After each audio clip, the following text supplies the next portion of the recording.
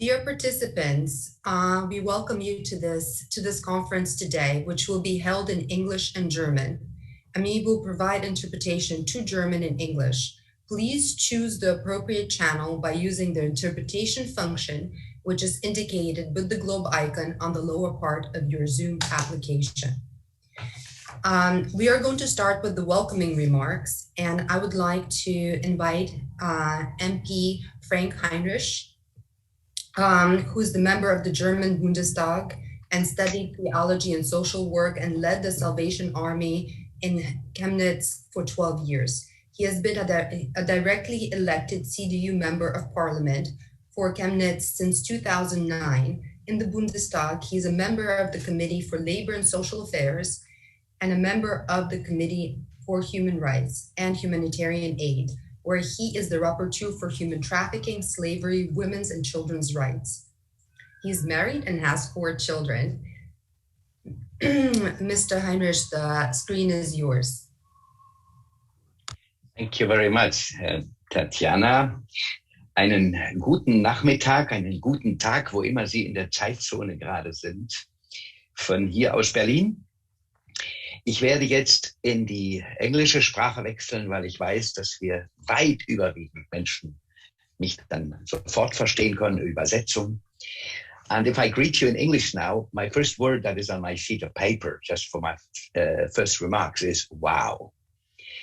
Wow, because the message of this conference, of this Congress is, to me in the first place, from the amount of people that are now viewing and have logged in, the message to me is we're not alone.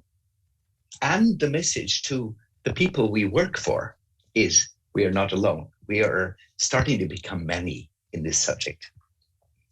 Just practically, Tatjana has mentioned, I've been a social worker with the Salvation Army and worked in the trafficking area, as we in the Salvation Army do worldwide. And when I came into Parliament, being member of the Human Rights Committee, this issue is one of the few issues that we have to deal with in our country. And I'm thankful to God that this is one of the few in my country, but it is not just in my country. That's why this Congress is international. But then we had the struggle that many people didn't just know about this issue. One of the most known weeklies of Germany titled in 2013, Germany, the brothel of Europe. So it raised awareness on this issue, but there were still, and there are still not real good numbers to say how big the struggle in all the facets is.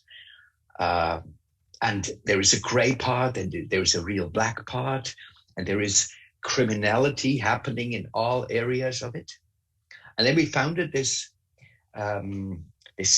alliance of 40 members, 40 organizations that are working in this issue, trying to reach several goals together, to raise awareness, to connect better as that alliance with safe houses, with areas of prevention and visiting people in the area of working in the sex business, victims, and all these issues were targeted better.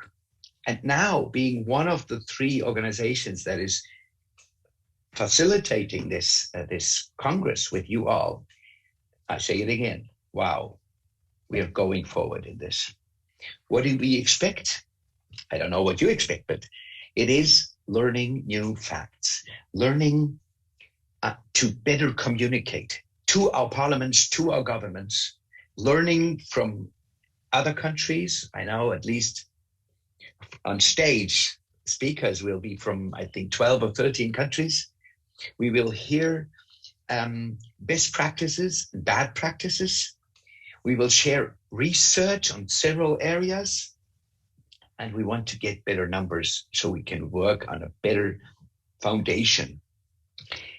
And in the end, learn, apply that, translate it into our setting, differentiate, because our settings are different, as I said, in the end with one goal, to change the whole world or our countries, and especially the vulnerable, change for the better.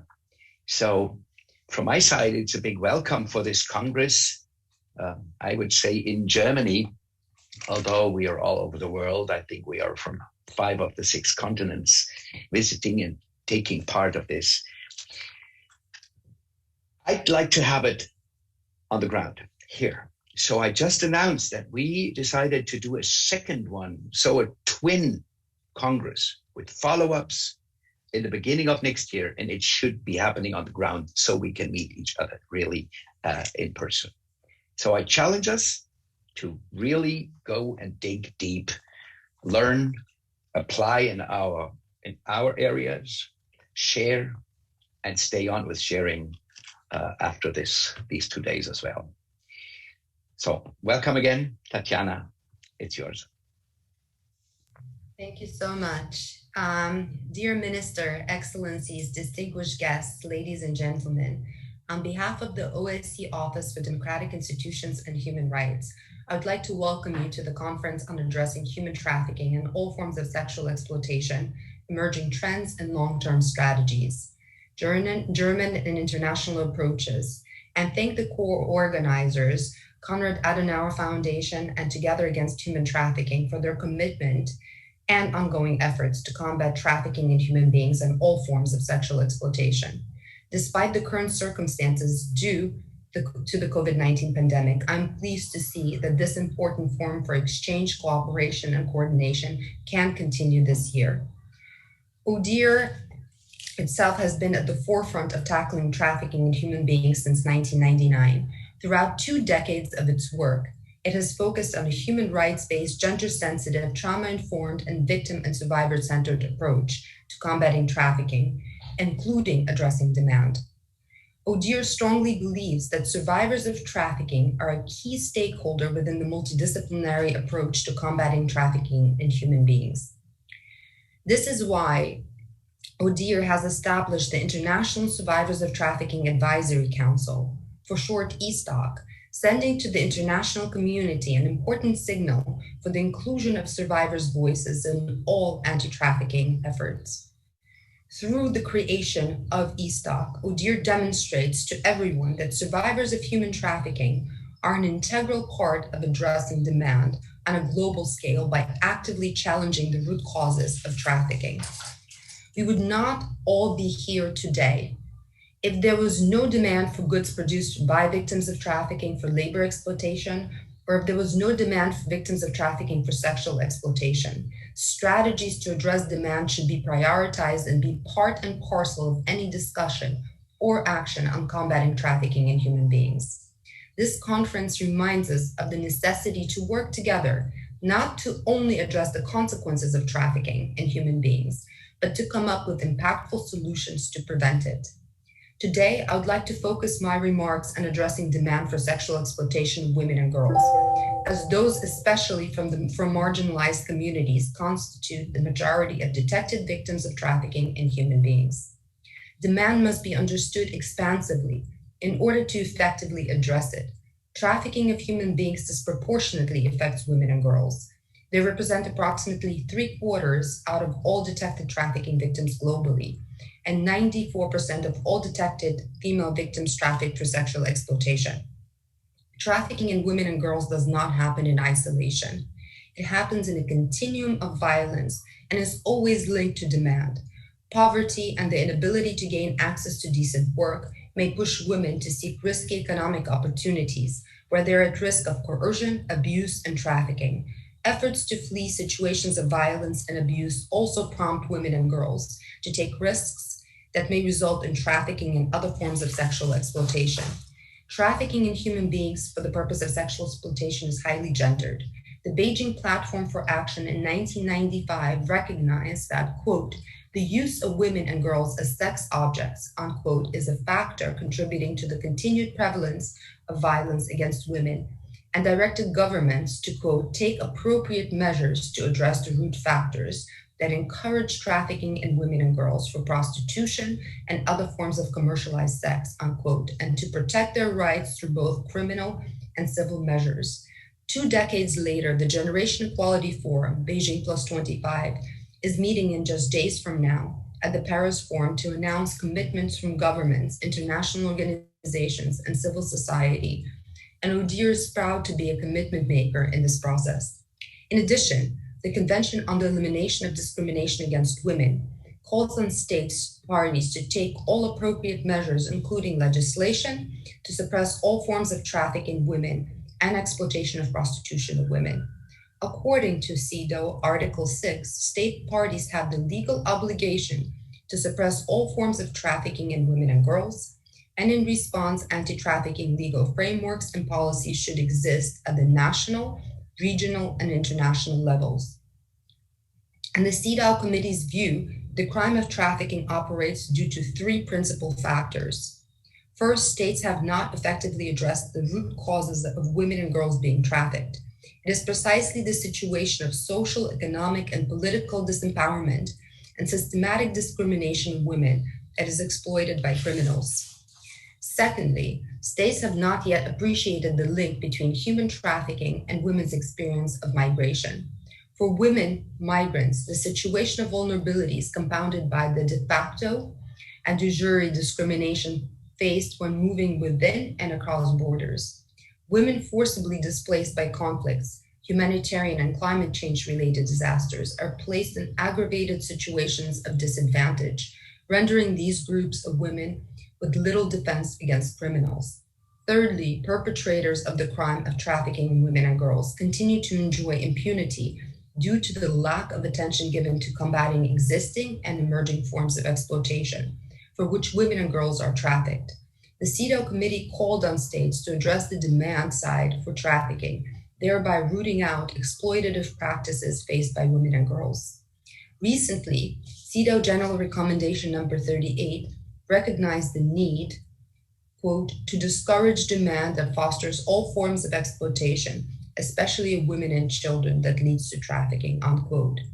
ODIHR actively contributed to the consultation process and acknowledges the importance of this document in combating trafficking of women and girls.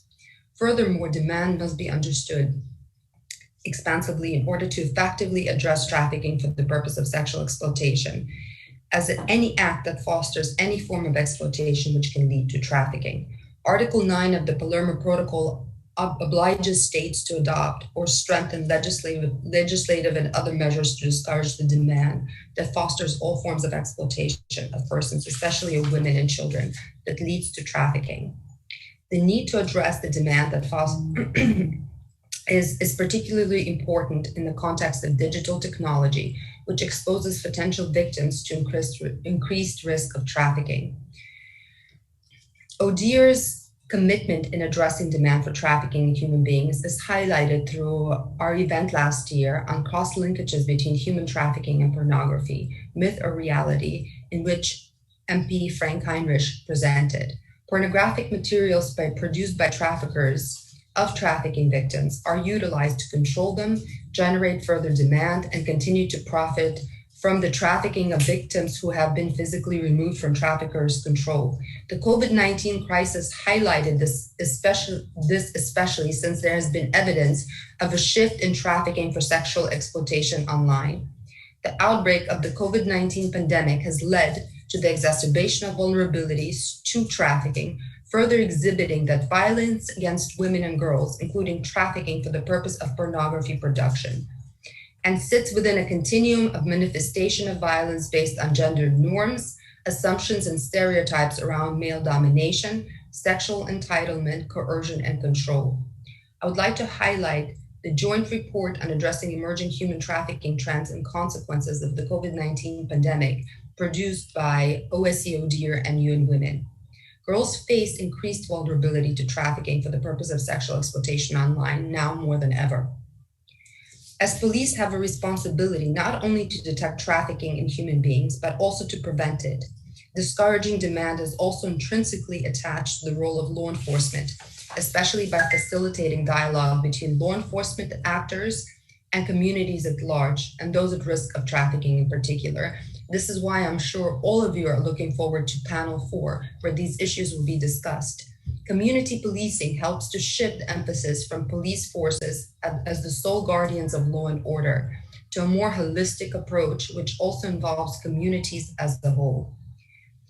It therefore enables more comprehensive, nuanced, and effective responses to trafficking crime. For instance, establishing mobile multidisciplinary police teams and task forces extends the reach of law enforcement and support services to marginalized communities, which usually have higher rates of trafficking crime.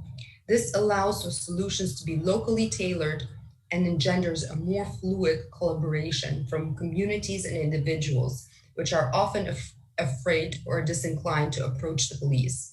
They may speak more easily to persons who offer viable services and are able to demonstrate an intricate understanding of the perspectives and experience of individuals within the community, working collaboratively and sensitively to meet their needs.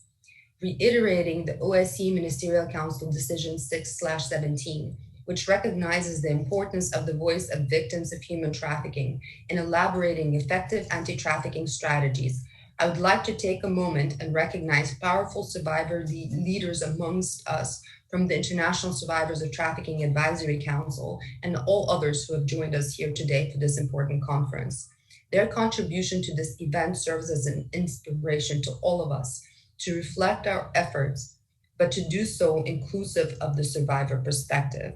I'd like to conclude with a quote of an American survivor who said the following: "There's a person being exploited, someone who did not want to be used, bought, or sold, someone who just needed food, rent, someone who just didn't have anyone else to turn to, or another choice. And until we see that person as our friend, neighbor, sister, daughter, etc., it will never stop." I hope that this conference will serve as a catalyst for further discussions and strengthen the cooperation between all anti-trafficking stakeholders in addressing demand for trafficking in human beings and other forms of sexual exploitation.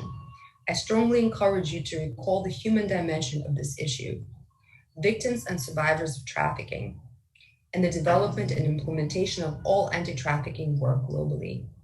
Thank you for your attention. And now I would like to invite Mr. Thomas Berenger, Deputy Head of Analysis and Consulting Department at Konrad Adenauer Foundation, for his opening remarks.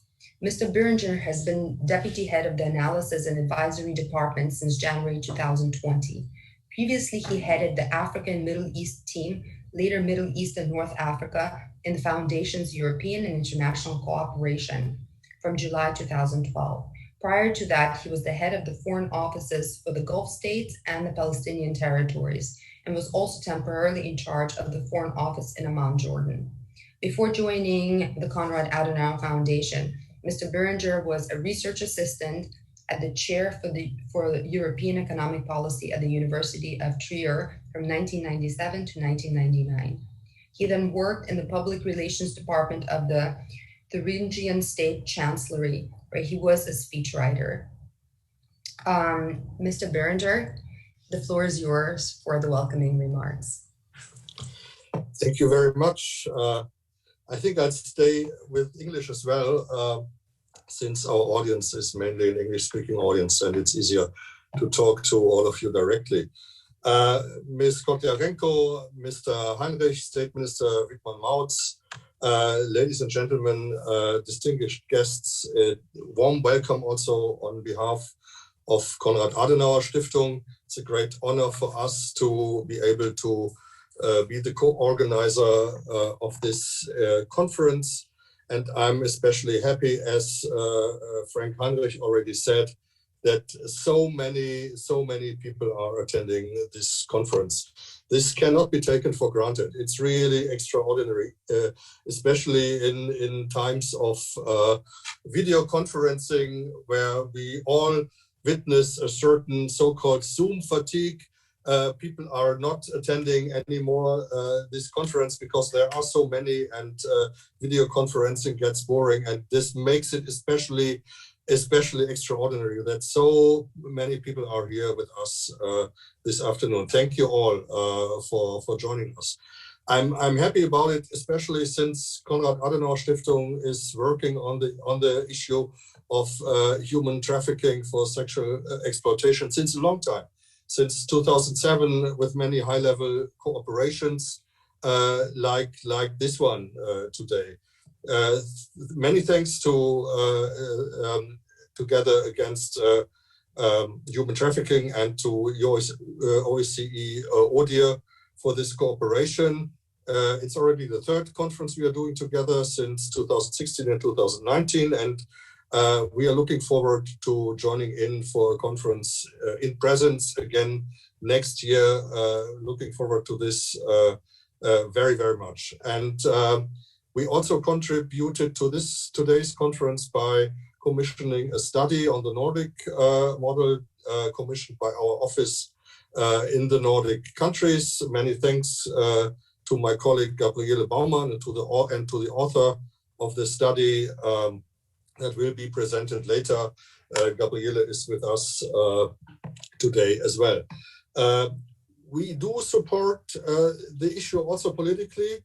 We are very much in favor of Germany establishing a national coordinator for the fight against human trafficking.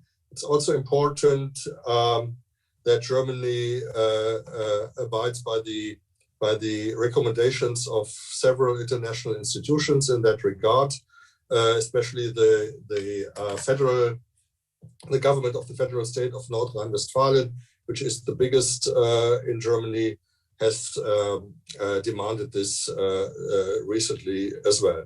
So again, many thanks for participating. Many thanks to Angelika Franke and her team, to Tatiana Kodyarenko and her team. I already mentioned my colleague Gabriele Baumann. I also mentioned my colleague Oliver Ernst, who was responsible for the preparation of the conference in our department. And many thanks go as well to all those in front of the screen and behind the screen. In normal times, I would have said in front of, on stage and behind the stage, but now it's the screen instead. So many thanks to everybody who helped in preparing this conference and making it possible technically.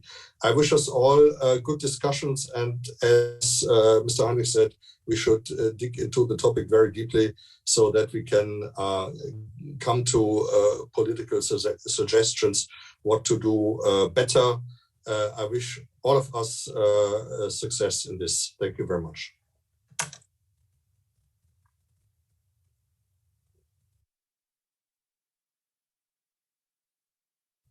Frank, you should start. Okay, I'm sorry I had a technical issue. We are coming to 3 keynote addresses. Thank you for the introductory comments. And we have 3 speakers.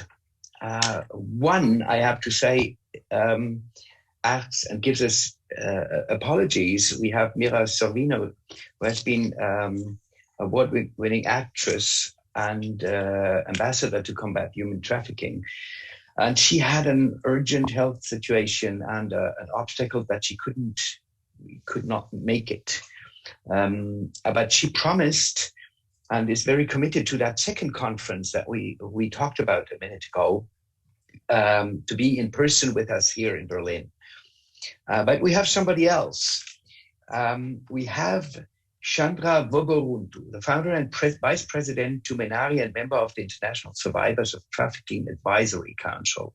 She's a survivor leader, as we would call it. She was a member of the US Advisory Council of Human Trafficking and the survivor of human trafficking and domestic violence. And Governor Chris Christie appointed her to be a commissioner of human trafficking for the state of New Jersey. And in December 2015, President Obama appointed Voboruntu as one of the 11 members of the US Advisory Council on Human Trafficking, and the council held the first meeting in October 2016. As a survivor advocate and lobbyist, she helped to pass local and federal anti-trafficking legislations and recognized as 2020 Power of Diversity the most influential 100 Asian American in New York politics and policy.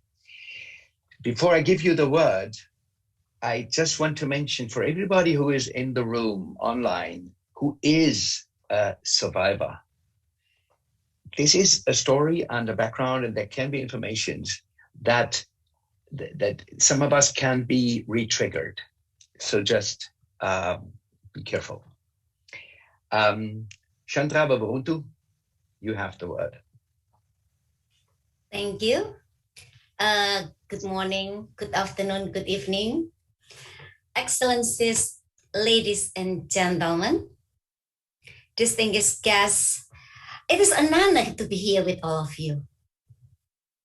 Today is a critical to respond to the challenges that states in our society face with respect to gender-based violence, gender inequality, poverty, and discriminations against women and girls.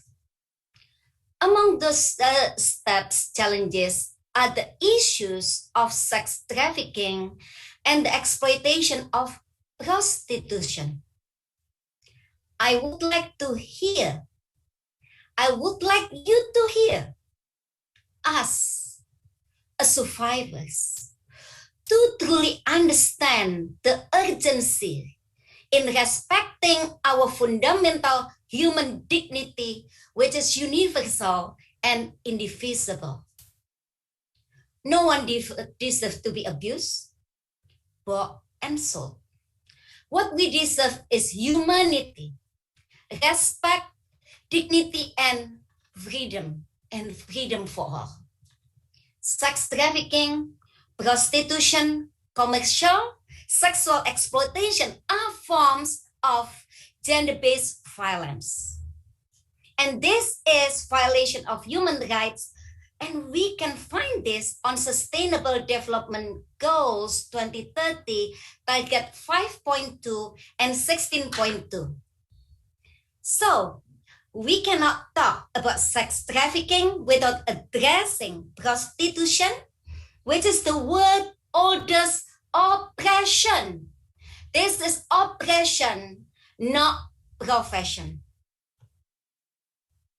Firstly, I'm here to represent ISTAC, survivors and victims who are still out there and cannot speak for themselves.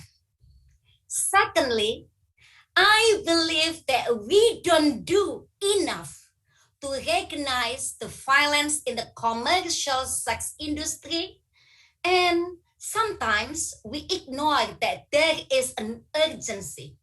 There is an urgency to address this issue, and we need to find the solution through prevention and intervention. And thirdly, we can achieve a global solution by developing a framework to end the demand for both sex trafficking and prostitution. Addressing the root causes of victimization and impunity. Ensuring the application of non-punishment principle for victims of trafficking, and by adopting national referral mechanism developed by the OSCE Office for Democratic Institutions and Human Rights. So I have lines that I originally wrote in 2014 and published in 2015 at MoMA and revised in 2021. This is a special revision for this event. And I would like to take a moment silent before I start to read this line. And as mentioned, make sure this is a trigger warning for everybody. And I will start.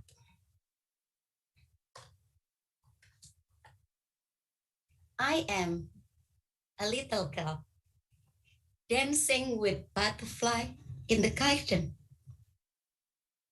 I hold a flower and lift up the corner of my tiny floral print summer dress when I sing, "Hey, little butterfly, where do you go?" I am a typical 10 years old girl who loves to play in the river, letting the current take me out to the sea, climbing to the top of an oak tree, looking down at what seemed to be the bottom of this earth. I reached out to grab the stars under the moonlight of the Indonesian night sky. Everything is beautiful. Everything is perfect. Suddenly I awake, not in the garden or by the banks of the river, and certainly not in the old tree, not even in Indonesia, my country. I find myself locked in the cold, dark room, cigarette smoke in my eyes. The smell of the sweat on the seat I lied on is repulsive. From a dream to a living nightmare is an instant. Just moments earlier, my anxious fingers danced on the keyboard at the International Bank where I work. Then my concern was the pulsing of the stock market's heart. Exchange rate speculation and currency exchange keep me awake at night. Now what keeps me up is fear. It's fear. I'm not alone. I scanned the room and noticed many of other trapped women much younger than me. I'm no longer surprised to see the bruises face, fresh wounds, and pale complexion due to untreated illness and malnutrition. One of the younger girls starts sobbing. There's nothing I can do. There is nothing anyone can do. Unlikely her, I learned to cry in the inside, keeping my tears for myself. Be good girl and say yes. Yes to everything to save my life from hunting knife and baseball bat. Once for a while, the traffickers will cut the skin of my neck. And the gun? My traffickers think the gun are what scares us, what keeps us suspicion. But for some of us, a bullet will bring relief. At least death by bullet will offer a quicker, more than human death than one we die slowly as a sex slave. As a sex slave, I will die slowly. Still, the guns are symbol of control, an illusion of power. The humiliation I feel from stranger gazing at my naked body forced me back to my dream. The memories of dancing with those butterflies keep me distracted, keeps a part of me alive. When they put a gun on my head, I return to those butterflies, asking them to chase the fear away. I feel so small. I'm nothing. I'm lost. My life is over. What have they done to me? To be sold as a sex slave? Deprived of food, locked in the darkness, barely clothes. I am powerless. My nose filled with the residue of the cocaine. They forced me to sniff the lingering odor of marijuana smoke hanging in the air and bittersweet traces of the crack I was made to smoke. My throat burns with the taste of cheap whiskey. One of the only things they offer to nourish my weak body. Sleep deprived and fading in and out of consciousness, I'm forced to serve any paying client. Men, old and young, fat and lean, the money unites them as a buyers, reducing me as a commodity. Reducing me to a commodity. My name is Candy. Why they change my name? They put price tag on me. $120, $150, $140, $160, $250, and $350 for every 45 minutes. Candy, customer, room number 2. Candy, dress up, go for escort. Candy, massage room number 3. No one knows I was triggered to hear Candy. No one knows. I say no inside me. This body is no longer mine. This body belonging to the customer who paid the traffickers. I walk with fear. Entering the room, I keep my fear inside me. The more I show this fear, the more abuse I get. They throw me down on the dirty mattress. The stench of it made me vomit more than once. Sometimes they turn me around and have their way with me. At least this, I don't have to see the evil in their eyes.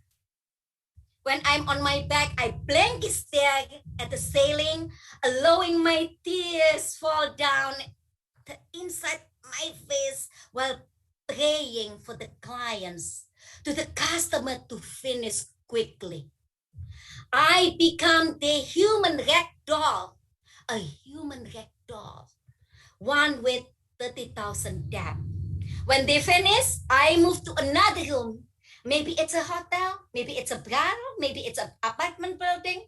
All I know, it's all my capital routine to transfer me under cloak of the darkness. Always at night when the city seems so quiet, so distant, I wonder how many others suffer this same hell. How many? How many more will I do? How many girls and young women are hidden away and forced to give up tiny pieces of their soul, one trick at a time? How many? And then a glimmer of hope, a spark of courage ignites something within me. I determine I will find a way out. I will find my way home. Yes, I will find it. From a tiny bedroom window in a second-story apartment building, I close my eyes. I jump to fresh air. A split second of freedom. I am the butterfly from my dream, and I am free. It was my story, and imagine how many other women and girls experience like me, and we should stop it. Let me take a moment of silence.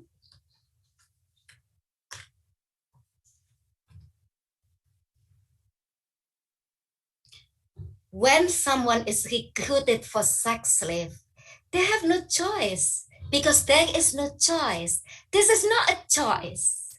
Victim and survivor deserve equal justice, which is punishment of the perpetrator, prosecution of the buyers, traffickers, and their associates.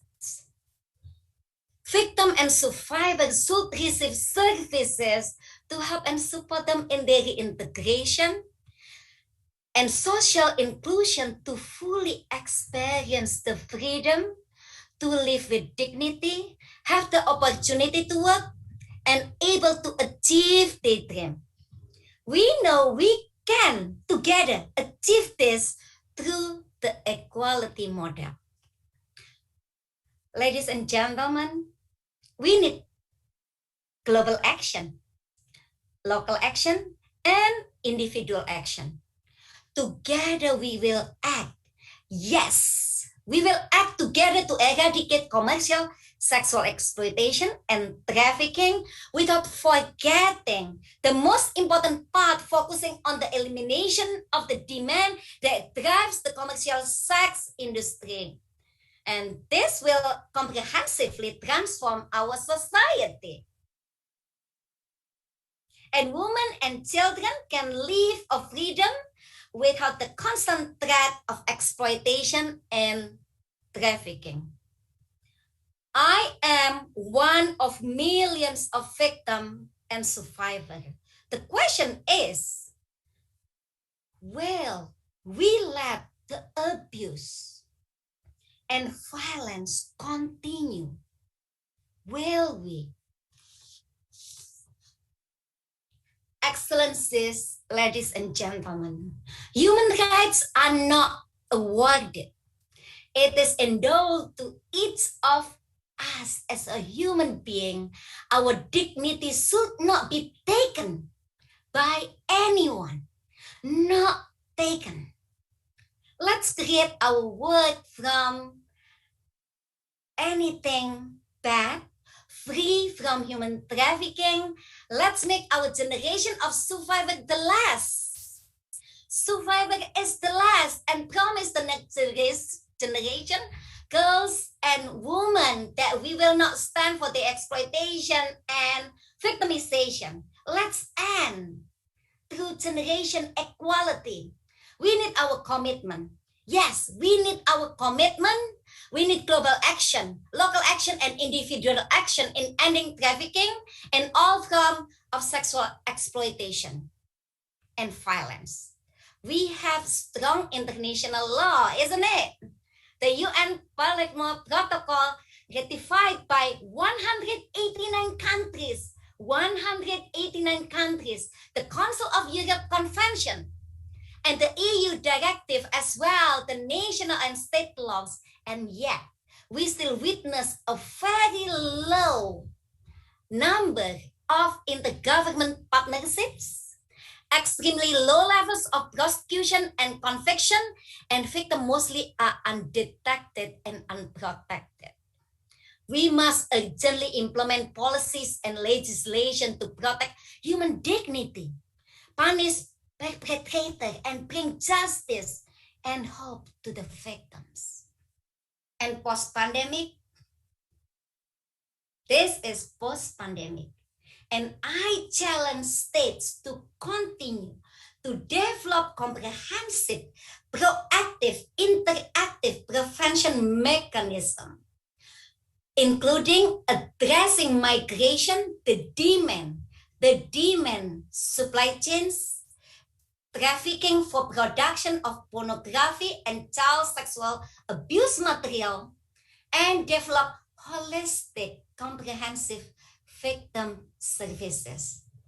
2 states, I ask you to ensure a victim and survivor-centered, gender-sensitive and trauma-informed approach in all your national anti-trafficking work. To establish National Advisory Council of Survivors of Trafficking to create and pass legislation to protect women and girls, and also all children, so that no more women, girls will have experience I had. Will you join me? Will you join ISTAC to work toward the solution? We cannot, and we can no longer wait. It is urgent. It is now. And ISTAC is looking forward to work together with all of you. We are looking forward. Thank you. Thank you very much. Now, thank you for the moment of silence, which I could use again right now, but we have to do that sometimes. I take it with me. It's local action. It is stopping it with all possibilities we have, and let's do it together. And that encourages me that we are so many in the meantime, and maybe in the beginning of the next year, the second half of this Congress, be even more to fight it. I remember while you were speaking, Mrs. Wuberuntu, about a famous line of the founder of the Salvation Army, which is working in red light districts all over the world. And there it says, while women weep as they do now, I'll fight. And then many other issues. And then whenever there's dark souls in darkness as you shared in your, I'll fight to the very end. And I just was reminded, and let's do that together. We have a second note. We have a second person in the room for a keynote address. It's Kevin Hyland, member of the European Council. And during a 30-year political policy career, Kevin Hyland specialized investigating serious organized crime, including homicide, sexual offenses, corruption, and headed London's internationally recognized human trafficking unit. In 2014, he was appointed the UK's first independent anti-slavery commissioner, and a year later was awarded an OBE for his work fighting human trafficking. He's the author of and main negotiator for inclusion of UN Sustainable Development Goal 8.7, now providing a specific target for human trafficking in the 2030 agenda. You have the floor. We're excited to hear you, Kevin Hyland. Yes, and thank you for the introduction. And it's always great to hear Chandra speak and to see her passion, but also to understand the reality of what this horror is. And I think that when we talk about the issue of human trafficking and modern slavery, we often forget about the scale of it. We often forget how traumatic this is. And I think that Chandra's presentation and her passion really reveals to us how serious this is, that this is something that is affecting 40 million people around the world. And when we think about statistics and figures and numbers, we don't always realize the scale of it. But I think Chandra actually saw and presented how these 40 million people live. And of course, we've had legislation and policy and definitions for some time. And Chandra again expressed those, that we've got the Council of Europe Convention, the EU Directive, the OSCE's guidance, the UN agreement, including the SDGs, the supply chain legislation, the G20 human rights measures, including the rights of the child, and domestic legislation. And in my country, from the UK side, that was the Modern Slavery Act. So we have all this legislation, but we still have this problem whereby the numbers of victims identified would not even register to less than 0.5% of the total numbers, and the prosecutions and convictions remain really low. So in effect, we see that there's only a 1 in every 2,150 chance of a perpetrator being convicted. And even when that happens, we don't really understand what happens to the victims. When a perpetrator is convicted, the cost on the perpetrator through prosecution, they have entitlements to lawyers, they are then looked after in prison. There is a whole process which is necessary under any rule of law and under human rights. But what do we do for the victims? How do we support them? Yet we've got conventions and agreements and policies that say we will. But 99.5% of the time, victims go untraced, and 99.98% of the time, criminals go without prosecution or facing justice. So if that's our performance, we have to decide what we're going to do on this. And the reason this continues is because demand is never addressed. And why is there demand? Because this is a lucrative crime. This is a crime that attracts $150 billion every year to organized criminals and people who engaged in exploitation of human beings. But if we look at the UK, where the Modern Slavery Act brought in legislation about protecting victims and what should be provided, what we have seen over time is more people are referring into mechanisms, but fewer and fewer are being supported and positively identified. And this is reflected in other states and across the world. In some areas, it is taking over 2 or 3 years for someone to get a positive identification, which is the case in the UK. How can it take 3 years to decide on whether someone is a victim of a very serious crime that holds life imprisonment? So at this time, we are actually marginalizing victims again. And we need to, when we find victims, give them the needs that they support, that they require. We heard Chandra talk about that. It needs to be the right to work. It needs to be education. It needs to be healthcare. And it needs to be gender specific for women and girls where that needs to be appropriate. Because if we're not looking after victims, if we are not looking after those who come forward, that really is a bad reflection on our performance and on what we're doing. And if we're letting the criminals operate with impunity, this will continue and continue. I talked about the Modern Slavery Act and the fact that numbers of referred in have increased. But as I say, at the same time, those being supported, not just on percentage, but almost on numbers, have declined. So when we look across systems, we need to be checking that. And the OSCE is producing a guidance on what a national referral mechanism should provide. The fact that it should be proactive, it should be the source to find victims, even when they don't think they're a victim. It should be the police being proactive, the immigration service. It should be looking at issues about how victims are not punished for crimes that they committed as a result of their trafficking. These are all contained in the EU conventions and the Council of Europe directive. And we've agreed to these, so we need to make sure they're delivered. But the wider issue of demand, we all like our technology. We all like our mobile phones, our laptops, the increase in electric cars. All of this is necessary because we do need to protect our climate, for example, with electric cars.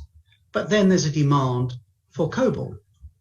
What part are we looking at around this demand for a material that then means that more children are going down the mines in Africa or the Democratic Republic, for example? How are we making sure that policies across international bodies speak to each other and think about the consequences of what we are doing? What can be done? Well, it's a big challenge, but we have to think about that demand. We have to think how we protect victims, how we see them on our high streets, whether it's in a brothel, a car wash, a nail bar. These aren't hidden. They are hidden in plain sight, but we are not recognizing it, perhaps because it's too difficult. And the challenges sometimes can be the size of the problem, but Chandra said, think local, act local. What can I do? Then the problem becomes manageable. And it is very interconnected. When I was a police officer, I was investigating crimes that were happening in London, were connected to Southeast Asia, connected to the United States. The money might go out to the Middle East, but actually in communities, all the information was available to us. And it's up to organizations like mine and other bodies to know what to do and how to implement policies and processes and procedures that are commensurate to the risk. But local communities need to be able to place this within their own society. Sometimes it's vested interest that actually becomes a barrier. For example, you may have a big business. Well, what is their investment going to be? And is it a true investment? Various countries have requirements about transparency, but what is the real actions being taken? What is the actions happening on the high streets to make sure that premises where there is exploitation of women and girls are addressed in a policy approach, as opposed to creating a policy about equality and then actually implementing nothing that delivers that.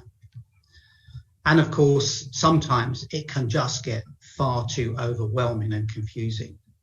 But if you go back to looking at local approaches, looking at individuals, looking at human beings, then you will start to find the solutions.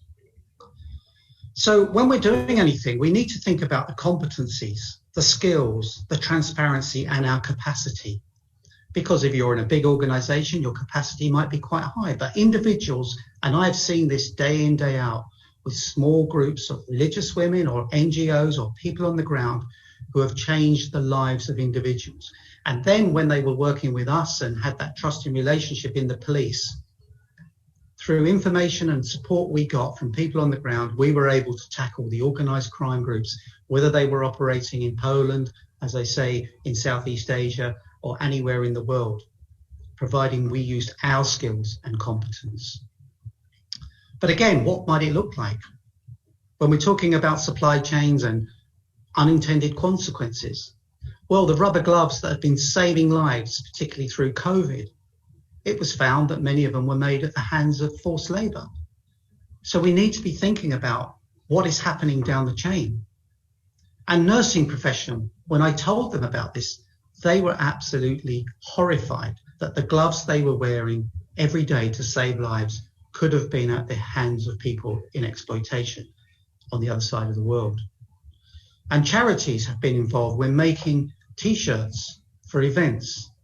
So we must understand demand and supply. And of course, we will see it in all areas, whether that's coltan, whether that's cobalt, or whether that's mica. Mica is in great demand for our shiny cars, for our cosmetics, but there are children in mines all over the world because of the demand for mica. And these are companies that are making millions and billions a year. We need to hold these companies accountable to do their part to stop demand. But when we look at the issue of sexual exploitation, when I looked at organised crime groups in London in particular, they were earning up to 20,000 a day. And some people would say, you know, well, it's a better life for these women. Some people would say, well, it's a choice. We heard from Chandra, this is not a choice. This was wholesale exploitation by criminal groups just to make money. And unless there are proactive operations and processes with proper support, people will sometimes suffer in silence. And it's our prejudices or our own assumptions that sometimes leave them in a lost environment, leave them without support. We need to be proactive. We need to start developing our own responses that reaches out to them, and that may take time. We need to make sure people are safe who are being exploited, give them the options, build the trust, and work on their pace. But sometimes when we look at the issue of human trafficking, we are there with buckets of water, watching it come through the ceiling, when what we need to do is turn it off at the tap. So we really need to better understand what is causing this. And so when we talk about demand, we need to look at the legislation. In the UK, there's very strong legislation about supply chains. There's part of the legislation which is about supporting victims. And then there's about enacting local authorities. That part of the act hasn't happened, about supporting and providing support to local authorities, because that's the local piece. So we need to make sure legislation is fit for purpose. If we look in Australia, their Modern Slavery Act is more robust than the UK one, about supply chains, about how companies are held to account. But it does little for women who are exploited in prostitution or who are trafficked for sexual issues and, for example, in online for children as well. Then we have the act and the legislation in France, which is about due diligence across human rights. We need to be using these more regularly in fighting this type of crime. And then we have the US Customs Border Protection, which has been used quite a bit in recent years, about how you can stop trading with a company or a business or a sector or a country in a particular item or goods. And then we have, which I think is probably amongst the most powerful, is the German Act that's been adopted, which will be about companies with more than 3,000 employees who have to have due diligence obligations. It will mean that legislation in Germany and businesses in Germany of a certain size will have to make sure that there is no exploitation, including human trafficking and sexual exploitation, in their supply chains. This is what we need. We need it across the EU. We need it across the world. Of course, and it was introduced about the SDGs and how important they are. And I'm sure there's a number of you who are participating today, particularly Your Excellencies and people within the UN and other agencies who played a crucial role in delivering these in 2015. We're now in 2021. I think our progress has been pretty poor. Yes, we've been affected by COVID, but when we look at COVID, it is these goals were introduced to try and stop people being exploited. And during COVID, our development program has fallen to one side. In fact, some countries are reducing their development contributions at a time when the world could never have needed it more. So we need to reflect on these SDGs and what we promised: gender equality, decent work and economic growth, 8.7 to end modern slavery, no poverty. That hasn't changed just because of COVID. It's only got worse. So as an international community, we need to be demanding that the SDGs are delivered even greater now than what they were before, which wasn't sufficient. These run until 2030. Are we going to make any improvement on these 17 goals by 2030? I really hope we do. And of course, this is the one that I speak about. This is because people like Chandra, she's an inspiration because she has turned what happened to her into positive. Hearing her speak should shame us in the world to act. That someone with her skills, qualities, compassion, empathy, and dignity was exploited because demand around our world created a space where she could become a commodity to be traded. And that is happening millions of times every day, today, tomorrow, next week. So the duty on us to deliver this could not be greater. And we can either take action and demand of all agencies, of communities, of politicians, of leaders, that they do something positive at the G20, at the G7, at the OSCE, at the UN, at the EU, at the Council of Europe. We want to see action, the action that Chandra so eloquently spoke about. And I think there are 6 things that we need to look at. We need to talk about procurement and business culture changing. We need to take any profit away from modern slavery and human trafficking anywhere, even if it's by looking the other way. Because if you're looking the other way and you don't see you're engaging in this crime, it's such a terrible crime that you should have a proactive system to stop it in your supply chain, stop it in your community, just like we do with other things like fire safety, road safety, car safety. Let's have human trafficking safety so it doesn't happen. We need the internet to be by compliance, free of exploitation. We need the international instruments like the slavery and the Convention on Slavery, and we need all of the acts at the UN and the Council of Europe and even the Palermo Protocol. Although it's 21 years old, does it speak to the modern day? Let's get them in the modern day of the internet, of trade, etc. We need to look at multilateral agencies, not just the UN, not just the OSCE, not just the Council of Europe, but others, the World Bank, the WHO, all of those. How can they play a part? But what we do need to do as a society is reset the moral compass. All too often we see success on profit, judged on GDP, judged on where your rating is. Yes, of course, economy is important. Yes, of course, wealth is important for a state to be able to deliver the things to its people.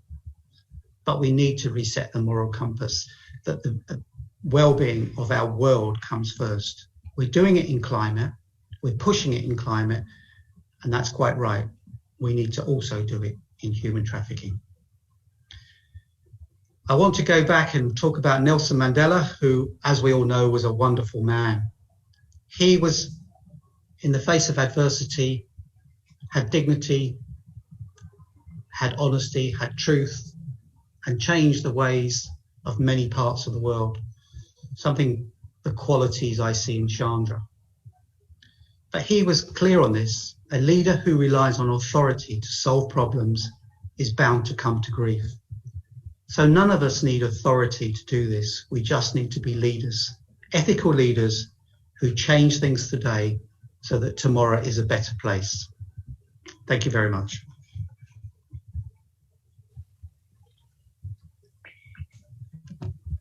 Thank you very much, Kevin Highland.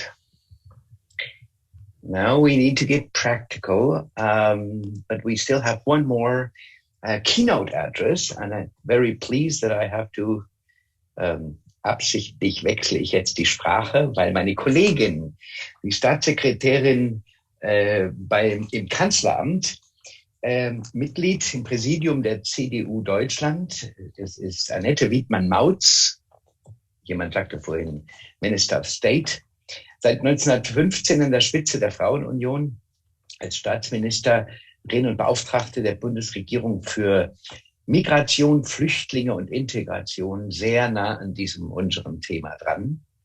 Und seit 1998 vertritt die Baden-Württembergerin den Wahlkreis Tübingen-Echingen im Deutschen Bundestag. Und da ich ursprünglich auch Baden-Württemberger bin, freut es mich dreifach. Sie haben das Wort für was wir wissen müssen aus deutscher Sicht und aus Ihrer Sicht. Ja, lieber Kollege Frank Heinrich, dear Tatjana Kotyarenko, sehr geehrter Herr Birringer, ladies and gentlemen, I'm very proud and I'm really glad that I could participate in this very, very interesting conference this afternoon. So thanks to all the organizers for this conference, bringing together all the stakeholders and these very important persons on this really important topic. I'm very impressed on your keynote, Mrs. Wovoruntu, and thank you very much also for the keynote of Kevin Highland. I'm glad to speak to you as chairperson of the Women's Union of the Christian Democrats in Germany. And please, I would now change into the German language, so I hope you understand.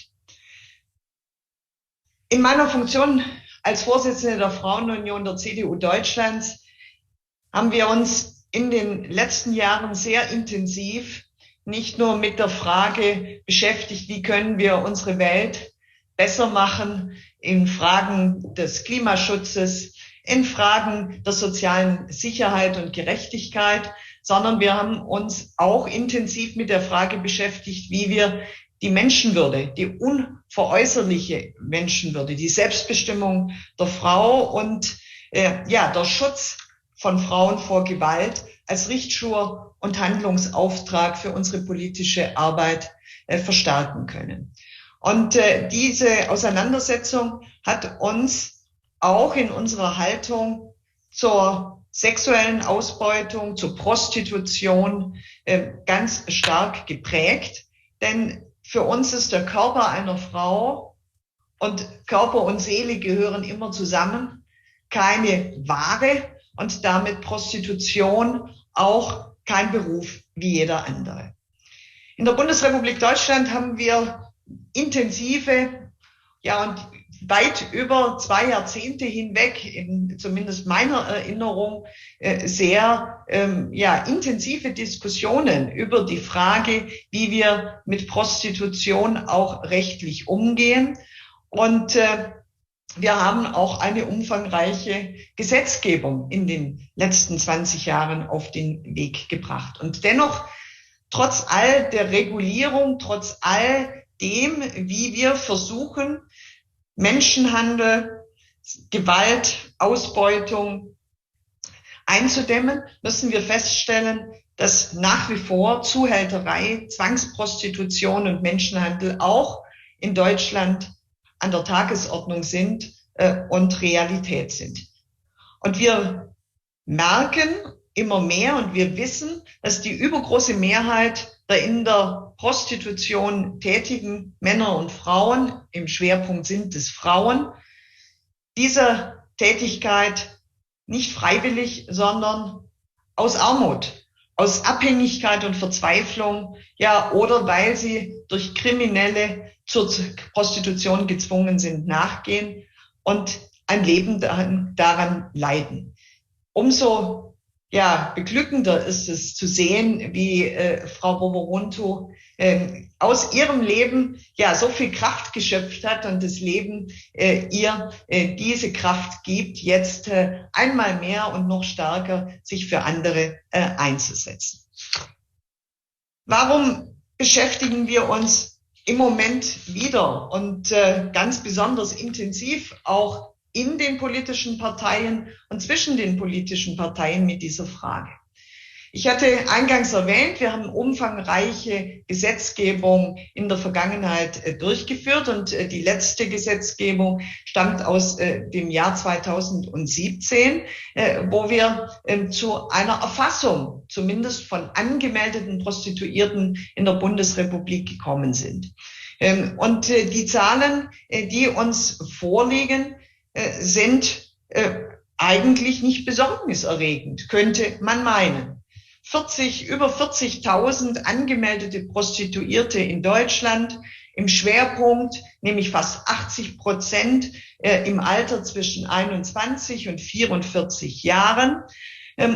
Allerdings auffällig und sehr bemerkenswert, über 50% der in der Prostitution angemeldet Tätigen stammen allein aus 3 Ländern der Europäischen Union, Rumänien, Bulgarien und Ungarn, lediglich 20% aus Deutschland selbst.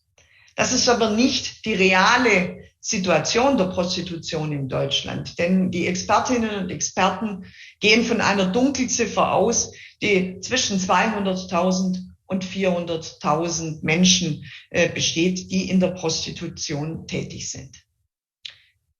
Aus meiner Arbeit als Beauftragte für Migration, Flüchtlinge und Integration weiß ich, dass immer dann, wenn wir Migrations- und Migrationsbewegungen feststellen, wir auch feststellen müssen, dass die Gefahren für Arbeitsausbeutung und für die damit zusammenhängenden Defizite, die strafrechtlichen, aber auch die strafrechtlich nicht relevanten Verstöße im Zivil- und im Arbeitsrecht erheblich zunehmen.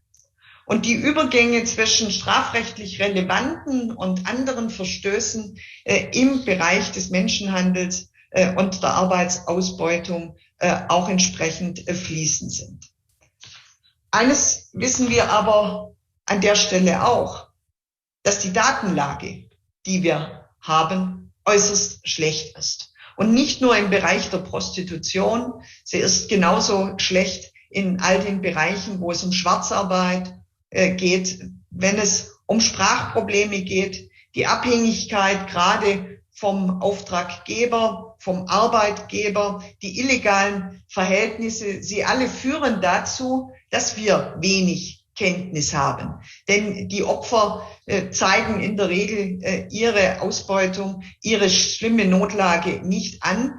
Und damit verbreitet sich die Ausbeutung von Arbeitskräften, von Menschen in Europa leider häufig unbemerkt und im Dunkelfeld. Deutschland hat im Bereich der Arbeitsausbeutung in vielfacher Hinsicht Vorkehrungen getroffen, auch und gerade in den letzten Jahren, wenn es darum geht, auch in Tätigkeitsbereichen wie Entsendungen, wenn es um Leiharbeit geht, wenn es um Scheinselbstständigkeit und Saisonarbeit geht, rechtliche Verbesserungen zum Schutz der Betroffenen zu erarbeiten und zu entwickeln. Wir haben das für den Bereich des Baugewerbes, der Fleischverarbeitung, auch im Bereich von Gesundheit und Pflege, im Bereich der Logistik bei Hotel- und Gaststätten bereits getan. Und wir haben die Notwendigkeit des Handelns auch und gerade in der Pandemie, wo die Betroffenen noch viel verletzlicher waren, in dieser schwierigen Situation noch einmal deutlich verbessert. Aber wir wissen auch, dass es Arbeitsbereiche gibt, in denen es noch viel zu tun gibt, insbesondere im Bereich derjenigen, die nicht bei großen Arbeitgebern tätig sind, sondern zum Beispiel im häuslichen Umfeld, in der Pflege und in der Betreuung von Menschen in der Häuslichkeit. Auch da ist es sehr schwer, die tatsächlichen Lebens- und Arbeitsverhältnisse und damit die Bedingungen, unter denen Menschen bei uns leben und arbeiten, auch wirklich zu erfassen. Und damit komme ich wieder zurück zu dem Thema, das uns heute umtreibt, nämlich zum Thema der Prostitution. Denn auch hier hat Corona und die Pandemie uns gezeigt, dass unsere Gesetze in der Praxis gar nicht in dem Maße angenommen und sie eingehalten werden, wie wir uns das vorgestellt haben. Wir haben in unserem Recht eine Regelung, dass Prostituierte, wenn sie angemeldet sind, nicht in den Häusern, den Räumen, den Wohnungen gleichzeitig arbeiten und leben dürfen. Und mit einem Mal, als die Pandemie kam, wurde deutlich, dass die Prostituierten dennoch in den Bordellen gelebt haben, das dort eigentlich nicht hätten dürfen, um zu verhindern, dass sie von heute auf morgen auf der Straße stehen, mussten wir Sondergenehmigungen erteilen, dass vom Gesetz abgewichen werden darf und genau der Zustand legitimiert werden musste, den wir eigentlich als inhuman ausgeschlossen hatten. Und das zeigte vielen Kollegen, auch im Deutschen Bundestag, dass es so nicht weitergehen kann und dass wir uns dem Dunkelfeld und damit den Schattenseiten, den schlimmen Seiten von Menschenhandel, Zwangsprostitution und Prostitution widmen müssen. Wir haben das eigentlich auch schon länger gesehen. Aber wenn wir ehrlich sind, haben wir auch ein Stück weit sehr an unsere Gesetzgebung geglaubt, dass sie schon dann auch in der Praxis eingehalten würde und dass die Dinge schon funktionieren würden. Aber es war nicht so. Deutschland wurde durch die Legalisierung der Prostitution zu einem Zielland von Prostitutionstourismus, von Menschenhandel, von großen Prostitutionsetablissements, Bordellen, die wiederum jetzt in der Pandemie durch die Schließung und das Verbot der Prostitution in den entsprechend besonders schwierigen Zeiten dann auch vor die Schließung oder zur Schließung kamen und der Betrieb zumindest nicht mehr aufrechterhalten werden konnte. Wir haben aber auch sehen können, wie groß die kriminellen Milieus sind, in denen Prostitution stattfindet.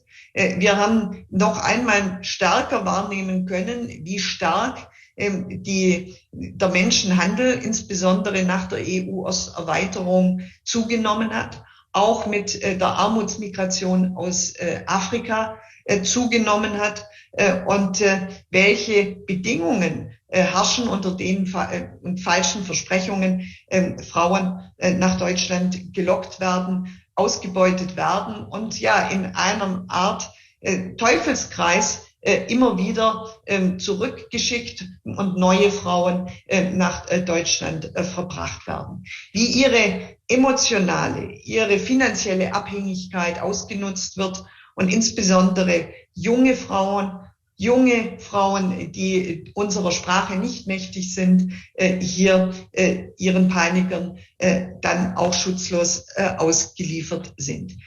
Wir haben immer stärker auch wahrgenommen, dass demütigende Praktiken immer selbstverständlicher auch an der Tagesordnung in den Bordellen waren und dadurch lebenslange, schwerwiegende körperliche, aber auch psychische Schäden, Traumata entstehen, denen wir uns nicht nur widmen müssen, wir dürfen die Frauen und die Betroffenen, die Opfer nicht im Stich lassen.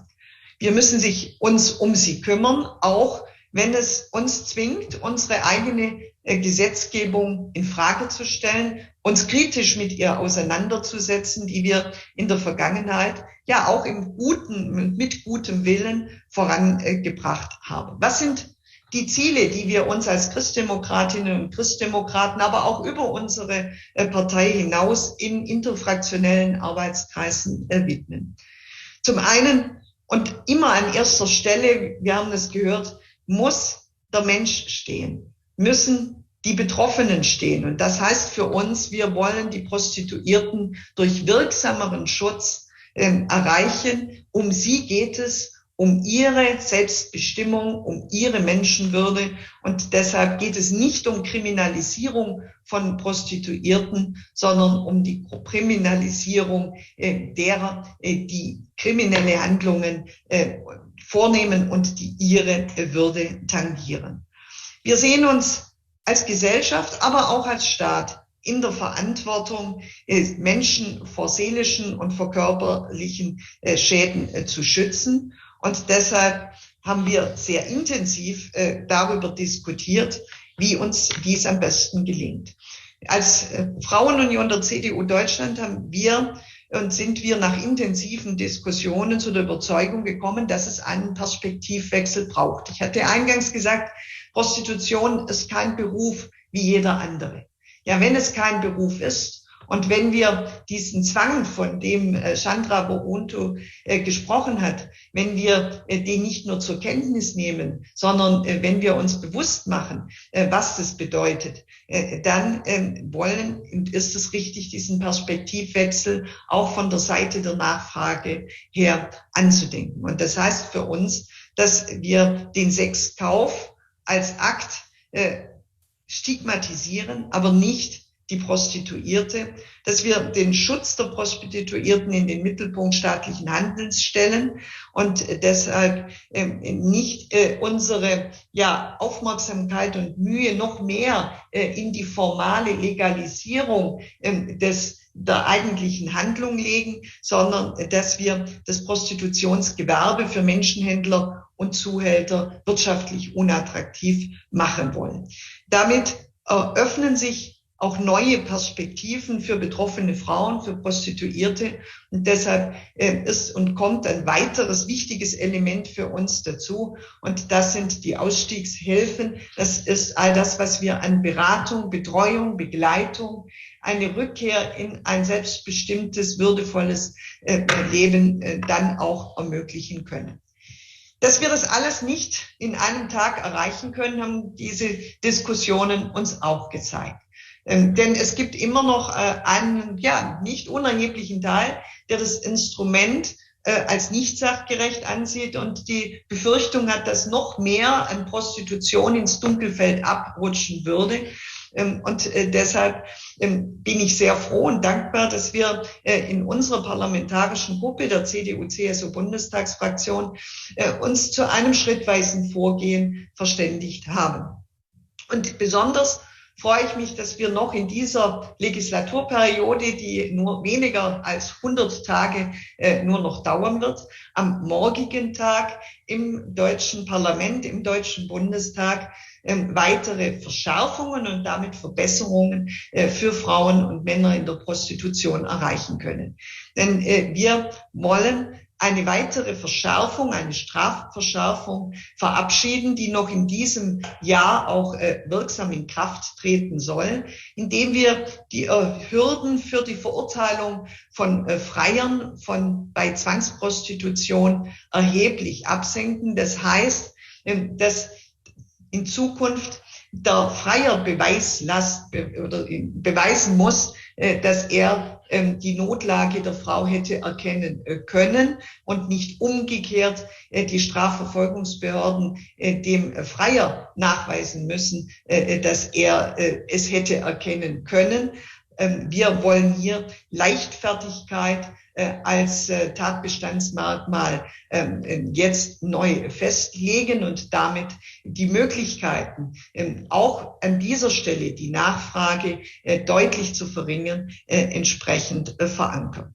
Ein zweiter wichtiger Punkt, den wir verfolgen und auch am Freitag, also morgen im Parlament verabschieden wollen, ist die Bereitschaft, 20 Millionen Euro noch einmal und zusätzlich in die Hilfen für Prostituierte beim Ausstieg und bei beruflichen Alternativen zur Verfügung zu stellen. Ich denke, auch das ist ein wichtiger Beitrag auf einem langen Weg, den wir vor uns haben.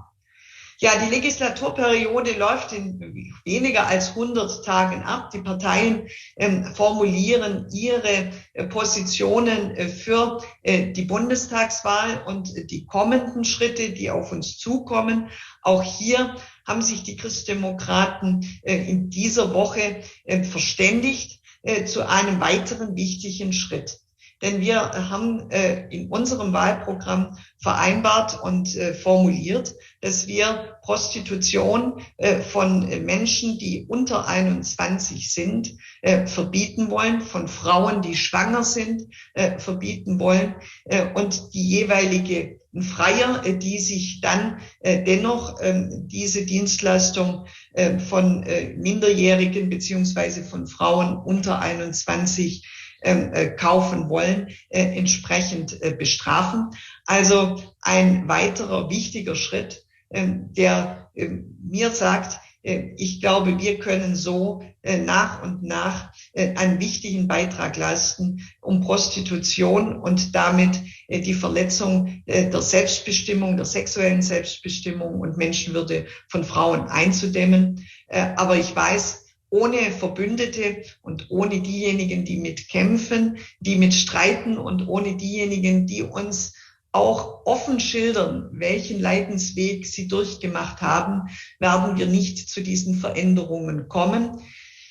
Der Menschheit ist es gelungen, die Sklaverei abzuschaffen, zumindest formal sie zu ächten und ein gemeinsames Verständnis davon zu haben, dass dieses nicht der Menschenwürde entspricht. Ich würde mich freuen, wenn es der Menschheit im 21. Jahrhundert gelingt, die Prostitution zu ächten, sich dazu zu stellen. Wohl wissend, dass es immer wieder Menschen geben wird, die sich erniedrigen, selbst erniedrigen müssen aus Gründen, die es immer wieder geben wird. Aber dass die Weltgemeinschaft klar zum Ausdruck bringt, dass das nichts mit Freiwilligkeit, mit Freiheit und mit Selbstbestimmung zu tun hat, sondern nichts anderes ist als die Verletzung der Würde in der Mehrzahl von Frauen. Das wäre es wert. Und in diesem Sinne, liebe Frau Woworuntu, mich haben Sie an Ihrer Seite. Lassen Sie uns diesen Kampf gewinnen und lassen Sie uns gemeinsam dafür kämpfen. Ganz herzlichen Dank, Frau Kollegin, Frau Staatsministerin. Thank you very much to all the three speakers, Chandra Woworuntu, Kevin Hyland, and States Minister Annette Wittmann-Mautz. I will hand over now, having in mind that you, Mrs. Woworuntu, said we should act, we should go, and I'm really a little happy about the two messages my colleague has mentioned, that it's good news that we go 2 steps forward, but there are long and others and more steps to go. And let's do that together. I hand back to Tatiana to have our next session, the panel 1, and I see already some of the speakers. Tatiana, you have the word. Thank you so much. And I would like to thank all the speakers for their inspiring and powerful keynotes. With that, we move on to the next panel, panel 1, on international perspectives, combating human trafficking and all forms of sexual exploitation by developing long-term solutions. I would like to remind the participants once again that this panel will be held in English and German, and we provide interpretation to German and English. Please choose the appropriate channel by using the interpretation function, which is indicated with the globe icon on the lower part of your Zoom application. With that, as we are behind time, I would like to introduce Mr. Grzegorz Poznański, Secretary General of Council of Baltic Sea States. Mr. Poznański served for 23 years in diplomatic service of the Republic of Poland, specializing in multilateral diplomacy and regional cooperation. He served Polish missions in Geneva, Tallinn, and Vilnius. He also held a number of high-ranking positions in the Ministry of Foreign Affairs. Mr. Poznański holds a master's degree in international relations from the University of Warsaw. He also has completed postgraduate studies in EU integration and national security field, as well as many international courses, including UN Fellowship on Disarmament in 2001. Mr. Poznański, the floor is yours. Thank you very much. I hope you can hear me. We can hear you well. Good, thank you. First of all, thank you for invitation for this important conference. Thank you for inviting the CBSS, and I think that I will make in my short presentation clear that we are in the right place at the moment.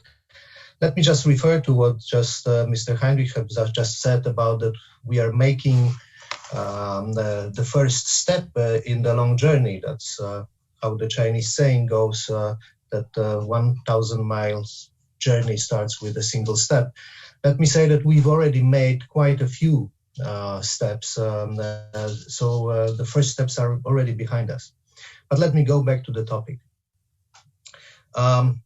As you know, the CBSS is the intergovernmental organization gathering countries from all around the Baltic Sea, naming Nordic, Baltic, Germany, Poland, Russia, and also EU has a special status in our organization, as well as 11 observer states. And in such a good company, we are working tirelessly with the goal of making the Baltic Sea region safe and secure. Let me start underlining that human trafficking for sexual exploitation is harmful for individuals and our societies. And the sexual exploitation of women does not occur in vacuum, but can be explained by structural inequalities ranging from gender to social economic factors, as well as demand. Although being subjected to this form of exploitation is not limited to women, we see that the overwhelming majority of victims are female.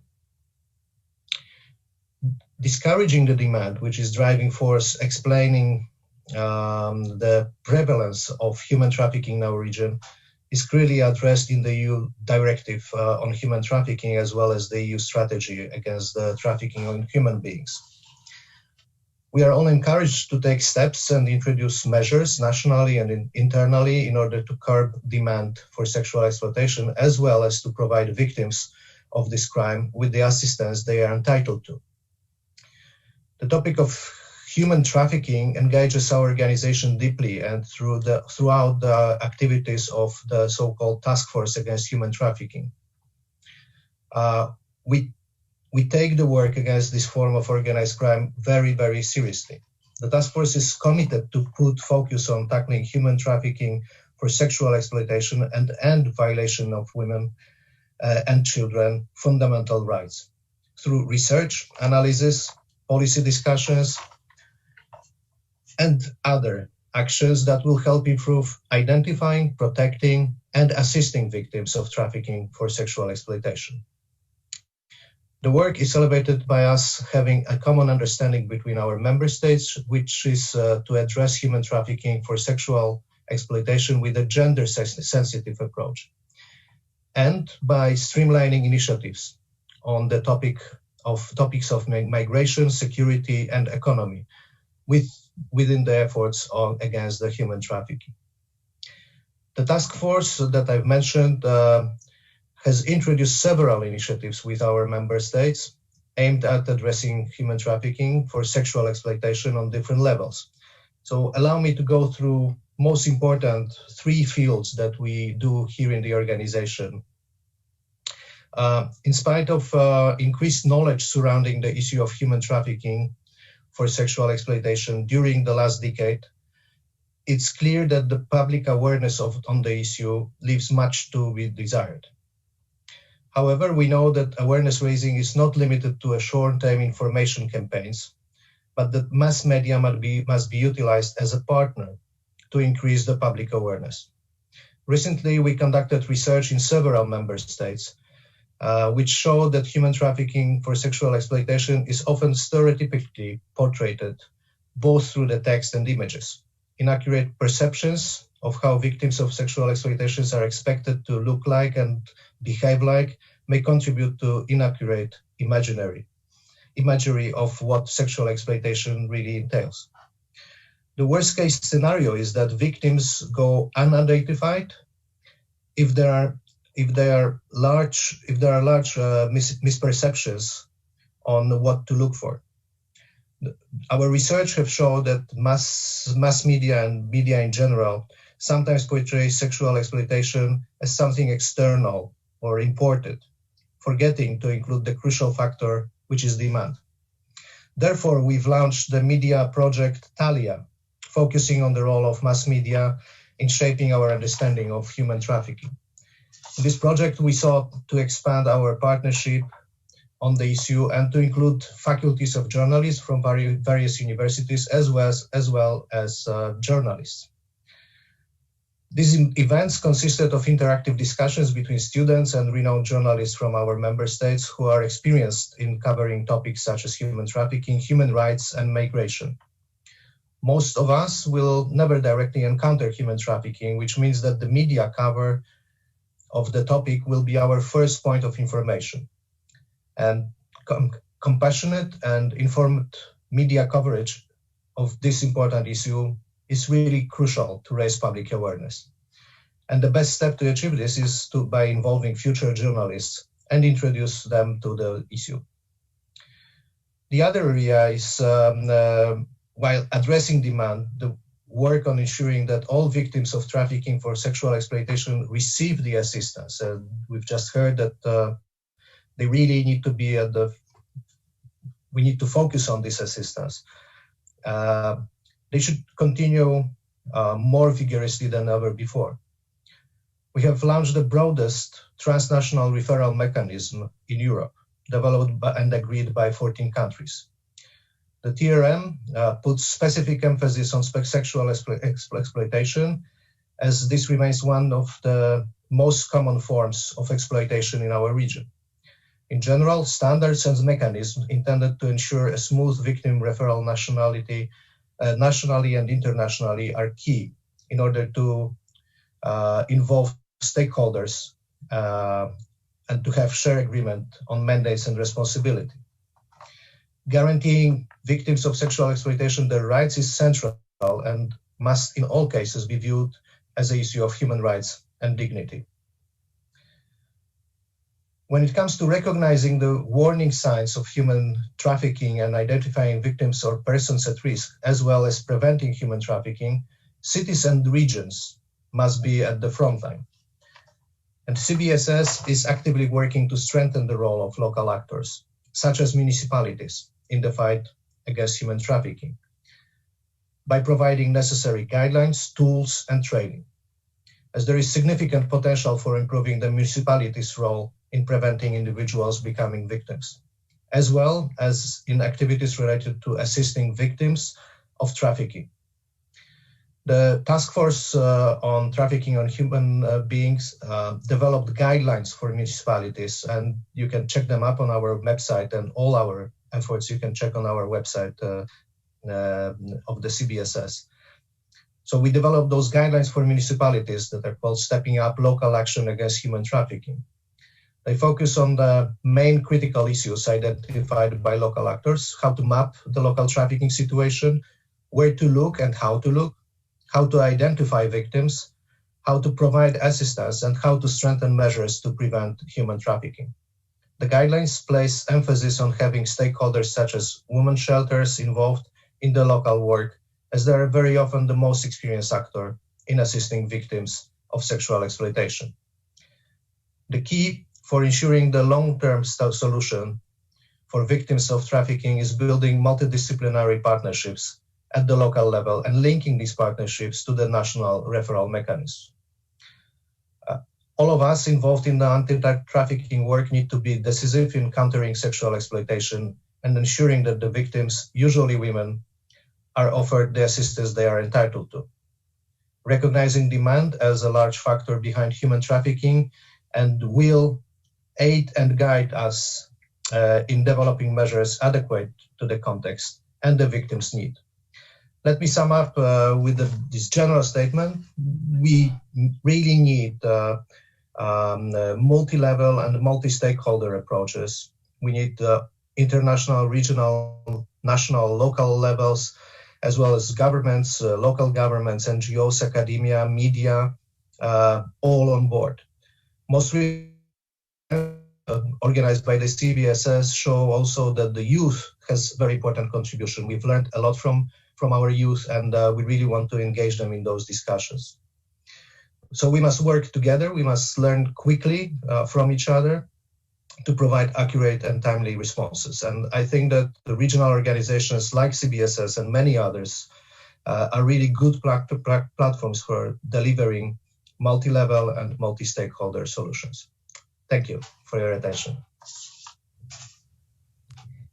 Thank you so much, Mr. Poznański, for the comprehensive work of CBSS in a variety of different areas. You know, with the formation of the task force, engagement with the media and training them to report on the issues related to trafficking correctly and with a victim-centered approach, on the creation of the transnational referral mechanism with the focus on addressing sexual exploitation, the engagement of youth, and very importantly, local action, you know, which was highlighted both by Chandra Bobaruntu and Kevin Highland. Just to add, you know, ODIHR on July 30th will be soft launching the updated National Referral Mechanism Handbook that will be survivor inclusive from cover to cover. Survivors of trafficking, as well as many other stakeholders, including CBSS, have contributed to the update. So we very much look forward to sharing it with you. So thank you very much. And on that note, I would like to introduce our next speaker, Ambassador Carlos Ruiz Gonzalez, who's the Spanish ambassador for the fight against human trafficking. Carlos Ruiz Gonzalez is a Spanish diplomat. In February 2021, he was appointed ambassador for the fight against human trafficking, a position that he combines with that of Deputy Director General for International Cooperation Against Terrorism, Drugs, and Organized Crime. In the past, he held positions at the Consulate General in Havana, the Cultural Center of Spain in Mexico, and permanent representation of Spain to the United Nations in New York. So if we could play the pre-recorded message from the ambassador now, it would be greatly appreciated. Thank you. Thank you, ladies and gentlemen. The Palermo Protocol in 2000 criminalized trafficking with a special focus on women and children. Nevertheless, trafficking in human beings is still deeply rooted in our societies, embedded in our economic system, benefiting from the current regulation of labor and financial markets. Unfortunately, trafficking remains a relatively normalized and invisible activity in our societies.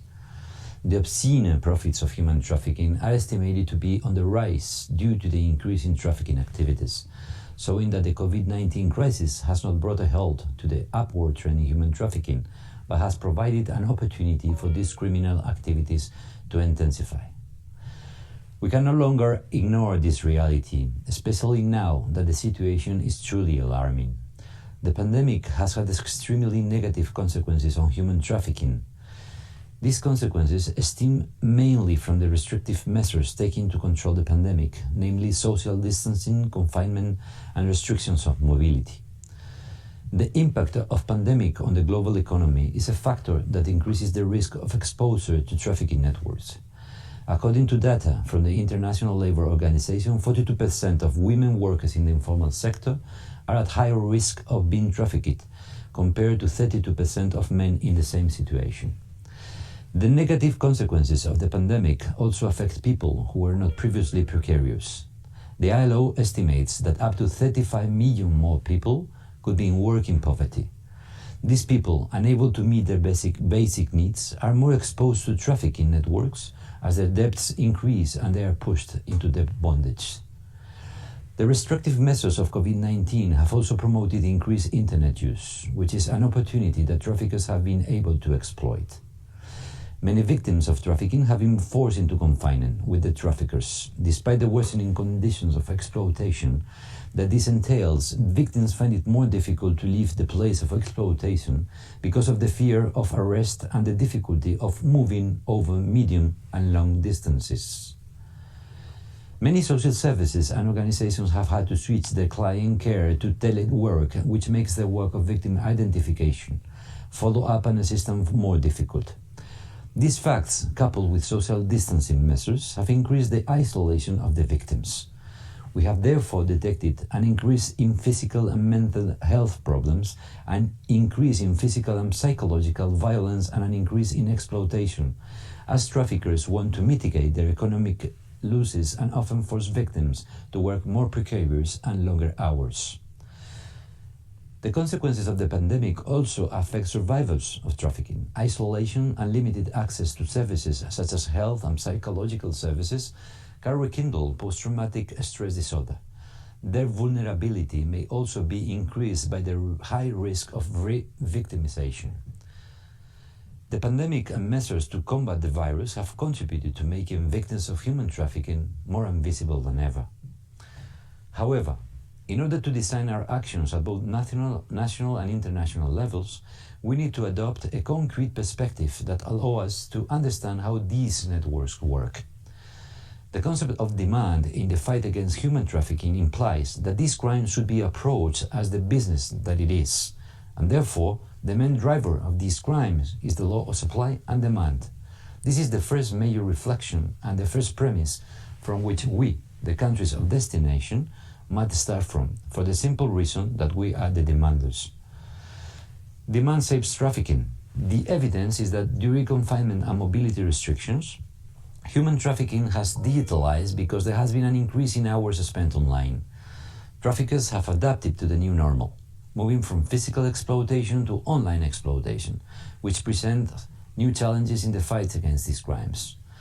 Nevertheless, the mercantilism logic remains the same, and traffickers continue to do business with people's vulnerability. The mere quantification of these criminal activities show that we are dealing with a business, except that what is being traded is not cars or mobile phones, but human beings. In Spain, the situation is particularly alarming with regard to the demand for trafficking for the purpose of sexual exploitation. In fact, Spain is the first European country in the consumption of paid sex and the third in the entire world. The victims identified in Spain are mainly foreign women. If the victims are mainly women, it's because sexual exploitation responds to demand. Male demand that is embedded in systemic structures of inequality and gender-based violence. A demand satisfied by traffickers who are mainly male. The most shocking fact about this reality is that 94% of the victims of sexual exploitation are women and girls. Trafficking thus has a strong gender component that makes it a gender crime. The objectification and sexualization of women reinforces men's position of power over women's bodies. If 7 out of 10 victims of trafficking are women, it is because this crime takes place in societies where gender discriminations and violence are deeply rooted. The gender dimension of trafficking is nothing more than the endemic continuity of violence against women and girls in societies that normalize stereotypes of male domination, gender norms, and roles. All these elements highlight the magnitude and diversity of this crime. The action against human trafficking is structured in 4 pillars: prevention, protection, prosecution, and partnerships. Must address the defense of human rights, the protection of populations, the complete recovery of victims, and ensure justice to impunity. To fight against these trafficking networks, we need to build our networks between public authorities, public entities, and civil society organizations. In other words, action must be comprehensive, leaving room for different actions according to the different form of exploitation, and above all, the specific needs of the victims.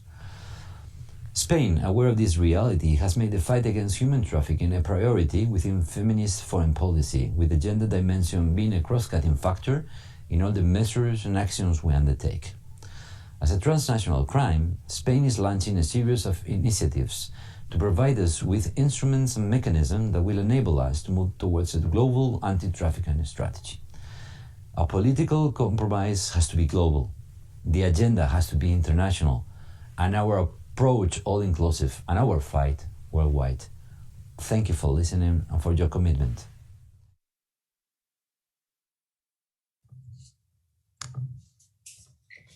The ambassador has made very, very strong points highlighting COVID-19 and the new vulnerabilities created, especially for exploitation online. He also reminded us all that this is a gendered crime, and with which traffickers benefit and conduct business with people's vulnerability. And another important point that he made, that Spain's priority is to promote the feminist foreign policy that will address the gender aspects of this crime internationally. Before I introduce our next speaker, I would like to remind the participants that if you'd like to pose a question to a speaker, please use the Q&A function. We will compile and present the questions during the Q&A part of this panel.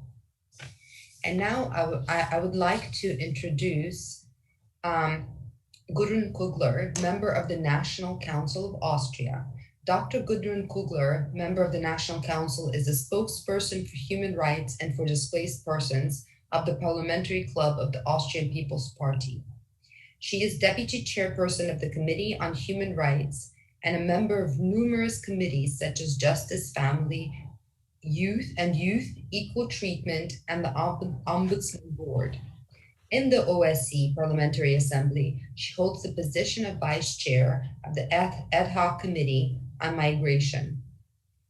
Madame Kugler is also the chair of the bilateral parliamentary friendship group, Austria South, Caucasus, Armenia, Azerbaijan, and Georgia, with a doctorate in law, a master's degree in theological studies on marriage and family, and a master's degree in gender studies.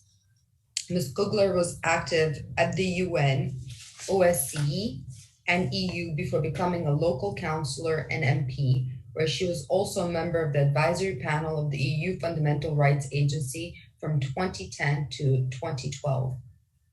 Ms. Kugler was the initiator of the Austrian Platform Against Exploitation and Trafficking in Human Beings, which serves the networking, exchange of information, and joint commitment of a wide range of organizations to combat trafficking in human beings.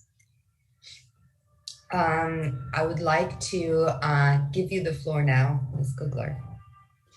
Thank you so much, Madam Chair. It's a great honor for me to speak here today. This is a very high-level meeting, and I'm just a simple member of the Austrian Parliament, though very much engaged on these issues. I do understand my participation really more to be a listener and to learn from you for the national context in Austria, but also for my work at OSCE. And therefore, I would like to express my gratitude to all the organizers, the Konrad Adenauer Stiftung, the OSCE ODIHR, the platform Gemeinsam gegen Menschenhandel, and also Frank Heinrich, who I've had already earlier on the pleasure to work with. I live in Vienna. My parliament building is located in Vienna.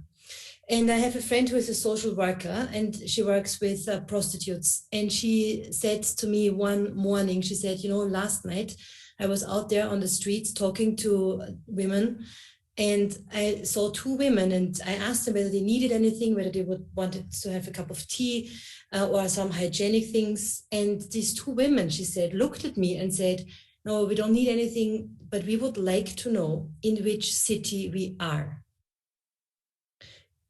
I mean, imagine this situation in the streets of a city like Vienna. I think that shows that there is something very seriously going wrong. And Vienna is a city of destination and a city of transit. So for us, this is, despite us as our politicians within the European context, is also an issue that we have to look at with the eyes of our city government. Now, Frank Heinrich said we have to look into the issue of how to get practical. And this is very much something I support. I think is very, very important. And we have tried to be practical over many years. We have worked very much on identifying the traffickers and trying to see who they are and how to capture them. We have also looked into strengthening people in countries of origin so that they are not vulnerable to be trafficked. And we need to keep doing this. And today, one of the speakers has already spoken about structural inequalities. This is absolutely a key issue we need to tackle. But we have not talked enough about the issue of discouraging demand. This has been not emphasized enough, and it's great that this panel and this conference does so. And there are three reasons why we need to discourage demand. One is because exploitation and trafficking is about money. So if it's about money, then discouraging demand will discourage the practice, the human rights abuse of human trafficking. Secondly, because each case, as we say in German, each case is one too many. The harm done to the individual person, women, children, men, and we have heard personal testimonies today already. Because of the harm done, we need to discourage demand. And thirdly, and we tend to overlook this, our states and countries are actually bound to discouraging demand by legal mechanisms coming from the side of the OSCE, but also of the Council of Europe. So really, it's not so much a question whether we should do this or not, but more how to do it most efficiently. Now, how should we discourage demand? And there's a number of examples I would like to give you, but I would like to begin with maybe the most difficult element of this discussion.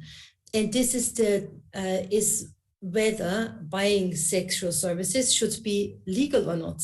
And there are some countries in Europe and beyond that have a very strong discussion on this. And I think that this is very, very important. The discussion alone raises awareness of the harm that's being done. In Austria, unfortunately, we do not yet have such a public debate. I have several times tried to mention it and begin this debate, but it seems that it has not yet arrived as an issue in my country. Interestingly, the feminist voices are completely divided on this question.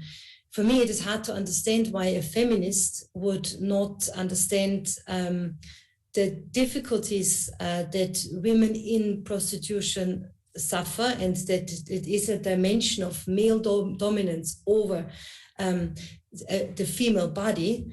But I was very intrigued to hear today the statement of the Minister of State, Ms. Wittmann-Mautz, who has said that the conservative women in Germany have considered, have agreed upon a model containing several layers that would tend towards the criminalization of buying sex. This is for Austria very interesting, and I will certainly look into the way how they have phrased this in Germany as also a model for us here in Austria.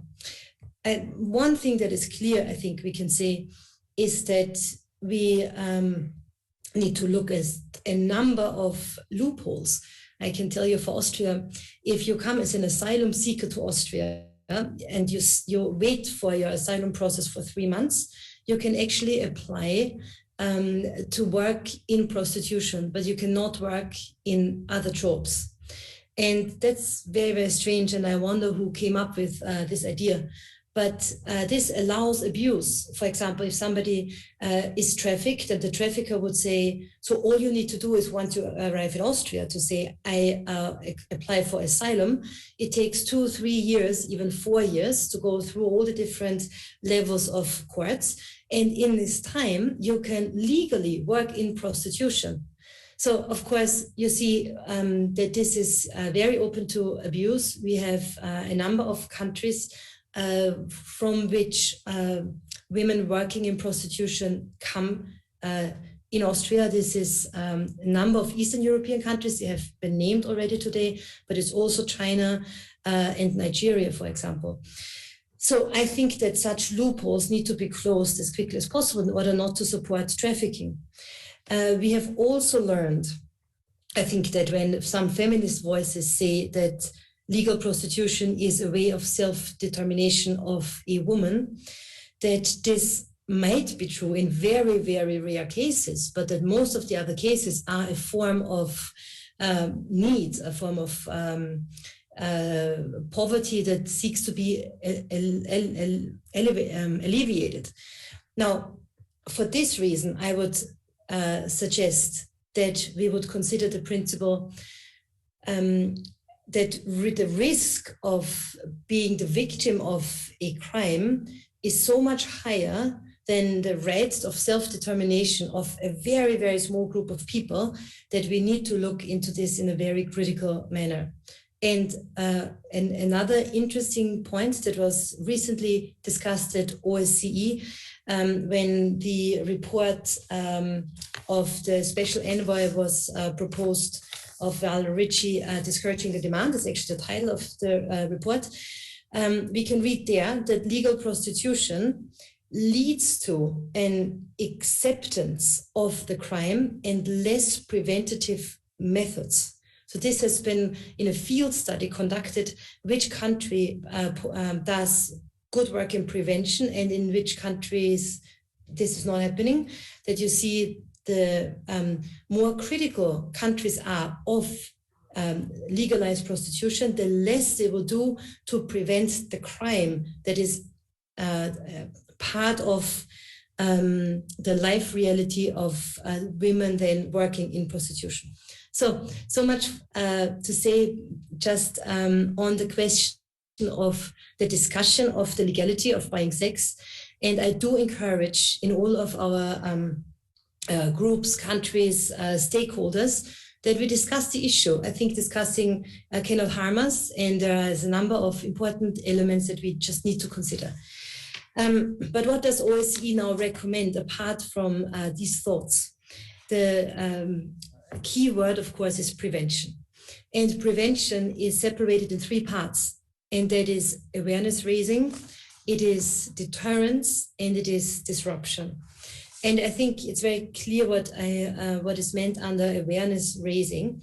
Kevin Hyland said today that we need to reset our moral compass. I think to protect victims, it is important that we state on all different levels that we do not tolerate.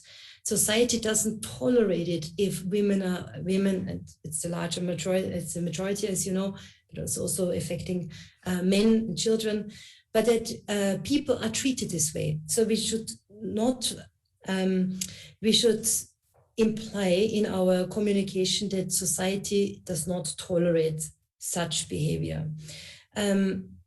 We also would see a positive consequence of such awareness, namely that buyers or users, depending on how you would like to call them, help to identify victims.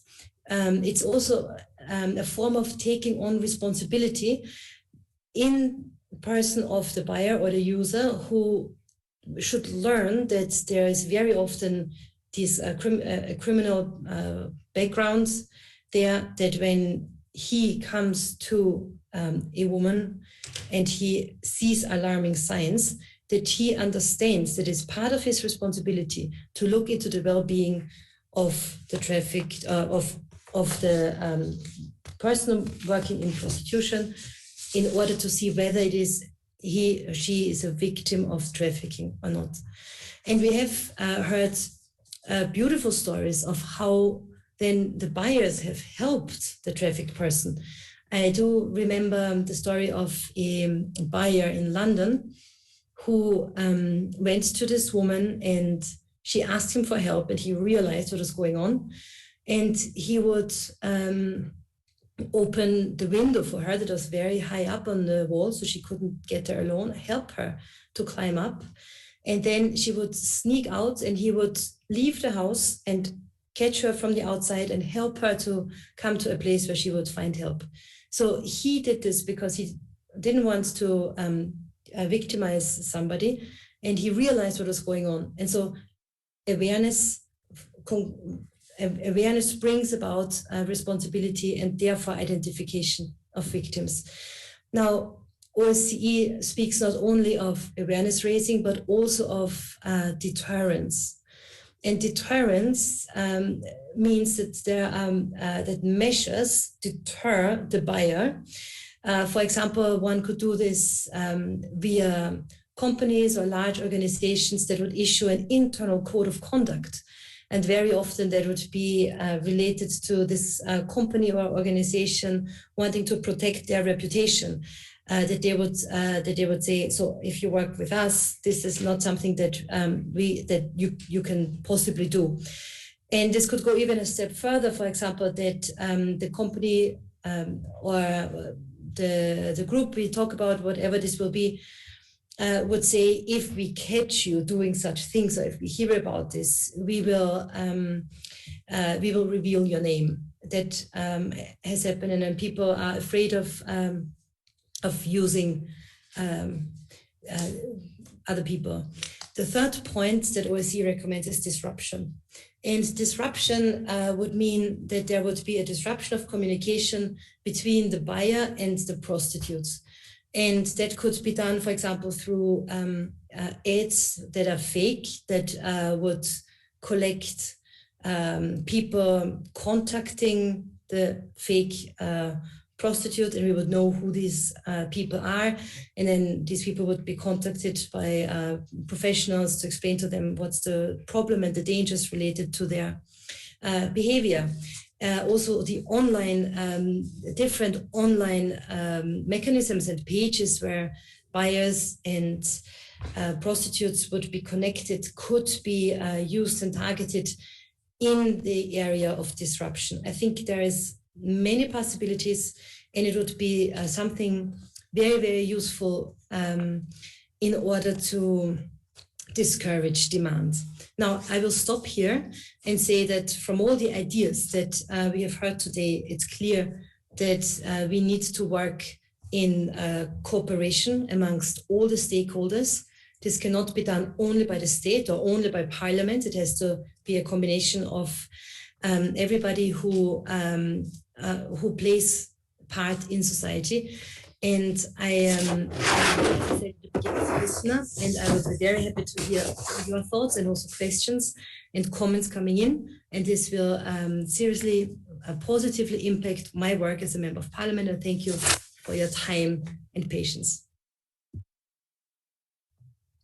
Thank you so much for presenting real practical approaches and highlighting that one case is one case too many, and that most cases of prostitution are not rooted in choice, and that in real terms, the risk of being a victim of exploitation and violence is much higher and should be really examined, in a higher way than a self-determination of just a few persons. And also highlighting the real solutions, awareness raising, deterrence, and disruption.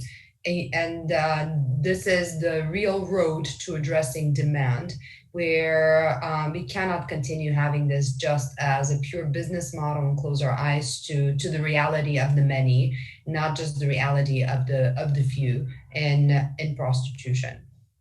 So with that, I want to thank you and introduce another incredible member of the International Survivors of Trafficking Advisory Council, Diane Martin, CBE. Diane Martin is a qualified counselor who has survived prostitution and trafficking in her late teens and has spent nearly 20 years supporting women to exit prostitution. She's the founder of a specialist service for women involved in or exited from street prostitution, and of the Dovetail Initiative, which seeks existing options within a violence against women framework. She is a keynote speaker in relation to prostitution and trafficking and rights on these subjects, and has recently spoke also at the OSCE Alliance Conference Against Trafficking. Diane, the screen is yours. Thank you so much, Tatiana. I'm delighted to join you today from Scotland, and I'm honoured to have been invited to speak at what I'm sure will be a historic event. And I want to thank and commend the German Alliance Together Against Human Trafficking, the Konrad Adenauer Foundation, and OSCE for working together and facilitating this forum. I look forward to learning from you all. I'd also like to commend and thank my survivor leader sister and fellow ISTAC member Chandra, and looking forward to hearing Sandra and Malaika, and I'm aware that many of the ISTAC members will be joining us, and we feel your support. Two things immediately strike me as being highly significant. Firstly, that this worldwide conference is situated in Germany with the potential to be revolutionary. What happens today and tomorrow, what's discussed and shared, the connections made and the networks built will, I believe, be foundational to bringing hope, healing, and new beginnings to exploited women and girls across Germany, who daily face the brutal realities of prostitution and sex trafficking. Secondly, the title of the conference, Addressing Human Trafficking and All Forms of Sexual Exploitation. This exhibits a clear understanding that to address trafficking in a way that brings real change for victims in society, we must widen our focus to encompass all the ways women and girls are sexually exploited. They are not just linked, they are one entity that finds different expressions. It is demand that fuels and sustains the oppressive system of prostitution and sex trafficking. It's time to put the emphasis exactly where it belongs, on that demand, on the men creating the demand, on the men profiting from it, and on the men who cause harm and trauma by renting the bodies of women and children, trafficked from other countries, or fast-tracked into prostitution in their own. The more demand you have in a country, the bigger the sex trade. The bigger the sex trade, the larger the scale of sex trafficking. In the same way that markets can grow, they can also be reduced, and evidence shows traffickers favour operating in countries where demand is not tackled.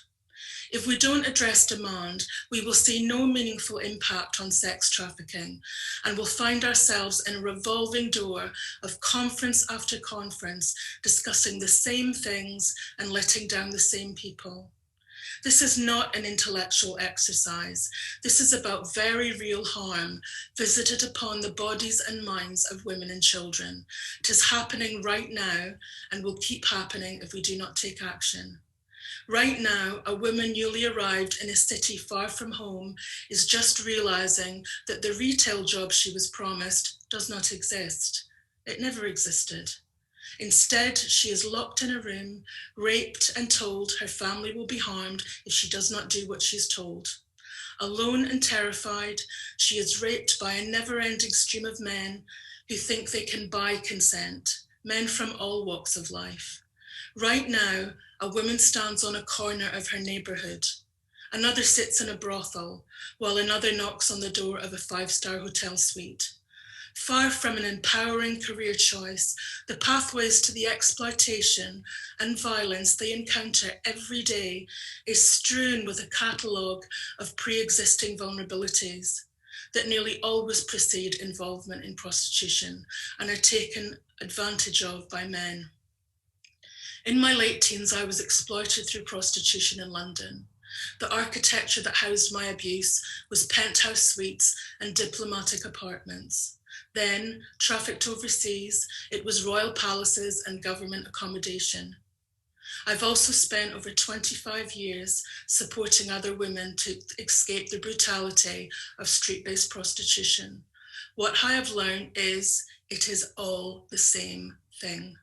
Whether sold in London or trafficked abroad, there was no difference to what I experienced.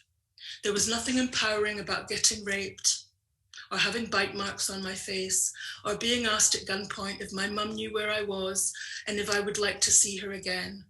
She didn't know where I was, and to see her was all I wanted. The location or surroundings do not reduce the impact of what is experienced in prostitution.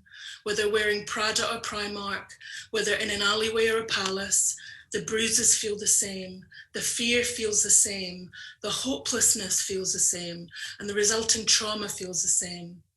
Prostitution is not about empowerment or labor laws. It is about trapping women and children in a violent and predatory system and is an abuse of their human rights.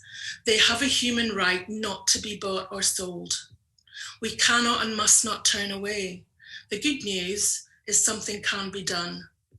We need legislation and policies addressing demand, and not just to exist on paper, but to be robustly implemented. In the UK, I campaigned for the adoption of the Nordic model, an in-demand approach where prostituted women are never criminalised, but instead have access to holistic and tailored support to exit, recover and rebuild their lives, and where legislation criminalises sex buyers and all who profit in any way from sex trafficking. Going forward, we must understand prostitution and sex trafficking as the same thing and recognise the irrefutable links between prostitution, sex trafficking and pornography. This is key to dismantling these oppressive, harmful and highly gender-specific systems in a strategic and impactful way. To keep the sex trade going and growing, there needs to be a continual stream of new products. How on earth can we accept that a subset of women be fodder for the sex trade, exploited, then deemed past their sell-by date, used, abused and crushed, physically, emotionally and spiritually? We must not just discourage demand, but aim to eradicate it. Where in-demand legislation exists, we must ensure its implementation, leading to successful prosecutions. It is crucial that we gain buy-in from those with operational responsibility by making sure they understand the realities for those exploited and why this approach supports victims and disrupts and reduces the trade in women and children by pimps, traffickers, brothel owners, adult website facilitators and sex buyers. There is no mystery as to why the minority of men pay for sex. It is about male entitlement, domination and control. They want to and they can, and are supported in this active choice by societal norms that support that sense of entitlement and mainstream the sexual commodification of women. We already know that the power differential between a sex buyer and a victim is huge. We already know that existing vulnerabilities precede involvement in prostitution. Therefore, sex buyers knowing or not knowing about those vulnerabilities is irrelevant. In fact, those of us who have been exploited know that many men gain sexual gratification from the fear and distress shown by victims. They don't care. Those of you who are leaders in your field are in unique positions of power. I was paid for and hurt by men who abused their considerable power and position, who felt they were entitled to do whatever they wanted with no accountability, and they did. I am confident that all of you listening and participating today are here because you care deeply. You have chosen to be here today, listening to the challenging realities for countless victims and to the solutions being put forward. Together internationally, we must comply with our legal obligations to suppress and eradicate the commercial sexual exploitation of women and children. We need your involvement, we need your expertise, and we need your action. The modus operandi of pimps and traffickers and the lengths to which sex buyers will go to get what they want, even in a pandemic, know no boundaries, and neither must we. I implore you to listen to survivors and examine the strong evidence base that favours an in-demand approach. There is no nuance here. Stand with us, speak out and take action. In conclusion, as survivors, our bodies and minds bear witness to the realities of the dehumanizing system of prostitution and trafficking. As survivor leaders, we also bear witness through the hearing of the realities experienced by thousands of other women who have trusted us with their stories through the many support organizations we have founded. I believe that there are leaders in Germany who are willing to re-examine the current approach to prostitution. Leaders who are willing to listen and act upon evidence and the lived experience of survivors. Leaders who have the courage to take a new path, a path that will literally be a lifeline to sexually exploited women and children in Germany and will have a ripple effect all over the world. Are you one of those leaders? Upon witnessing the truth, we cannot unknow that truth and feign ignorance. It requires a response. Today, what will your response be?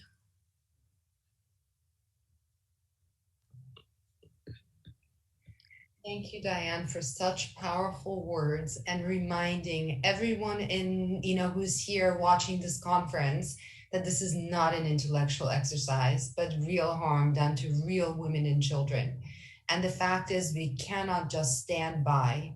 Thank you for your call to action. And I'm confident, hearing from the decision makers today that your call to action will be heard and that end-demand legislation will truly be considered and acted upon in countries all across the OSCE and hopefully globally as well. Thank you for your bravery and adding your words of power to those of Chandra. Thank you, Diane. And with that, I would like to introduce Dalia Leonarte, of whose work I spoke in my welcoming remarks already, who's the member and former chair of the United Nations Committee on the Elimination of Discrimination Against Women. She was the rapporteur for drafting the CEDAW General Recommendation number 38 on trafficking in women and girls in the context of global migration. Ms. Leonarte is an author of books, Adopting and Remembering Soviet Reality, Life Stories of Lithuanian Women, 1945-1970, The Lithuanian Family in its European Context, Family and the State in Soviet Lithuania. In 2018, the Global Network of Civil Servants, Apolitical, included Leonarte in the list of the 100 most influential actors of the world's gender equality policy. Dalia, the screen is yours. Thank you very much, dear Tatiana, for introducing me, and it's a great pleasure and honor to talk to all of you about CEDAW's General Recommendation number 38 that you are so kindly, and I would say in detail, mentioned in your introductory notes at the beginning of this conference, so it will help me to keep continuing introducing this very much important document. And so please allow me just to share. You see, yes, you see my few slides. And as most probably Tatiana mentioned already, that General Recommendation number 38, Trafficking in Women and Girls in the Context of Global Migration, it was adopted by the CEDAW committee last year. And as such, this document allows right now contextualize the implementation of state parties' obligations as stipulated in Article 6 of the CEDAW Convention, and which is following. So the Article 6 says, take all appropriate measures, including legislation, to suppress all forms of trafficking women and exploitation of prostitution of women. So with this general recommendation, that document became a guidance, a practical guidance for state parties. And it provides an important soft law framework for integrating gender dimension, gender transformative, and human rights-based approach in all anti-trafficking interventions, implementing Article 6 of the CEDAW Convention. And what is most important here is that the CEDAW Convention, and together with this General Recommendation 38, requires to read Article 6 as an indivisible provision, which links trafficking to sexual exploitation and consequentially to to exploitation of prostitution. So I have to stress and to pay attention to all listeners of this conference that it was a big deal to reinstate this interlink between trafficking for sexual exploitation and prostitution. Because despite that this link is established in some international, the most important for us, international legal documents like 1949 Convention on Elimination of Trafficking and Exploitation of Prostitution, and also Palermo Protocol. But in reality, in recent years, it was abandoned, this link between trafficking for sexual exploitation and prostitution. And in most policies produced by state parties, it was the talk and policies have been reduced only to trafficking for sexual exploitation and the link to trafficked persons, to trafficked women and girls or boys in prostitution. But I have to say that it's only the first stage of combating prostitution and trafficking for sexual exploitation, just because basically, globally, in most state parties, trafficking for sexual exploitation and using by clients trafficked women and girls in prostitution, it's already criminalized. Now we should talk and make this second step to reinstate this link as it was done in CEDAW, trafficking for sexual exploitation and prostitution, and criminalizing prostitution. So what are the root causes of trafficking has been defined by the CEDAW committee. So mostly we are saying that those root causes are lying in socioeconomic injustices and gender inequality, in situations of conflict and humanitarian emergencies, and in discriminatory migration and asylum regimes, which all of them, they encourage trafficking, and especially trafficking for sexual purposes that are involved women and girls, and it has been said already during this conference. And right now, under the COVID, these root causes also lies in increased use of digital technology, especially, as I said, during COVID-19. And in this regard, state parties to CEDAW Convention, which is 189 state parties, register an increased recruitment for sexual exploitation online, an increased demand for child sexual abuse material, and technology facilitated child sex trafficking. So demand channels through the social media, dark web, and messaging platforms provide easy access to potential victims of trafficking for sexual purposes, and these are mainly children, women, and girls. But the most important thing that has been highlighted as a root cause for trafficking to all forms, but especially for sexual purposes, the CEDAW said, this is the demand side, as it was just said by our survivor. It's the demand side.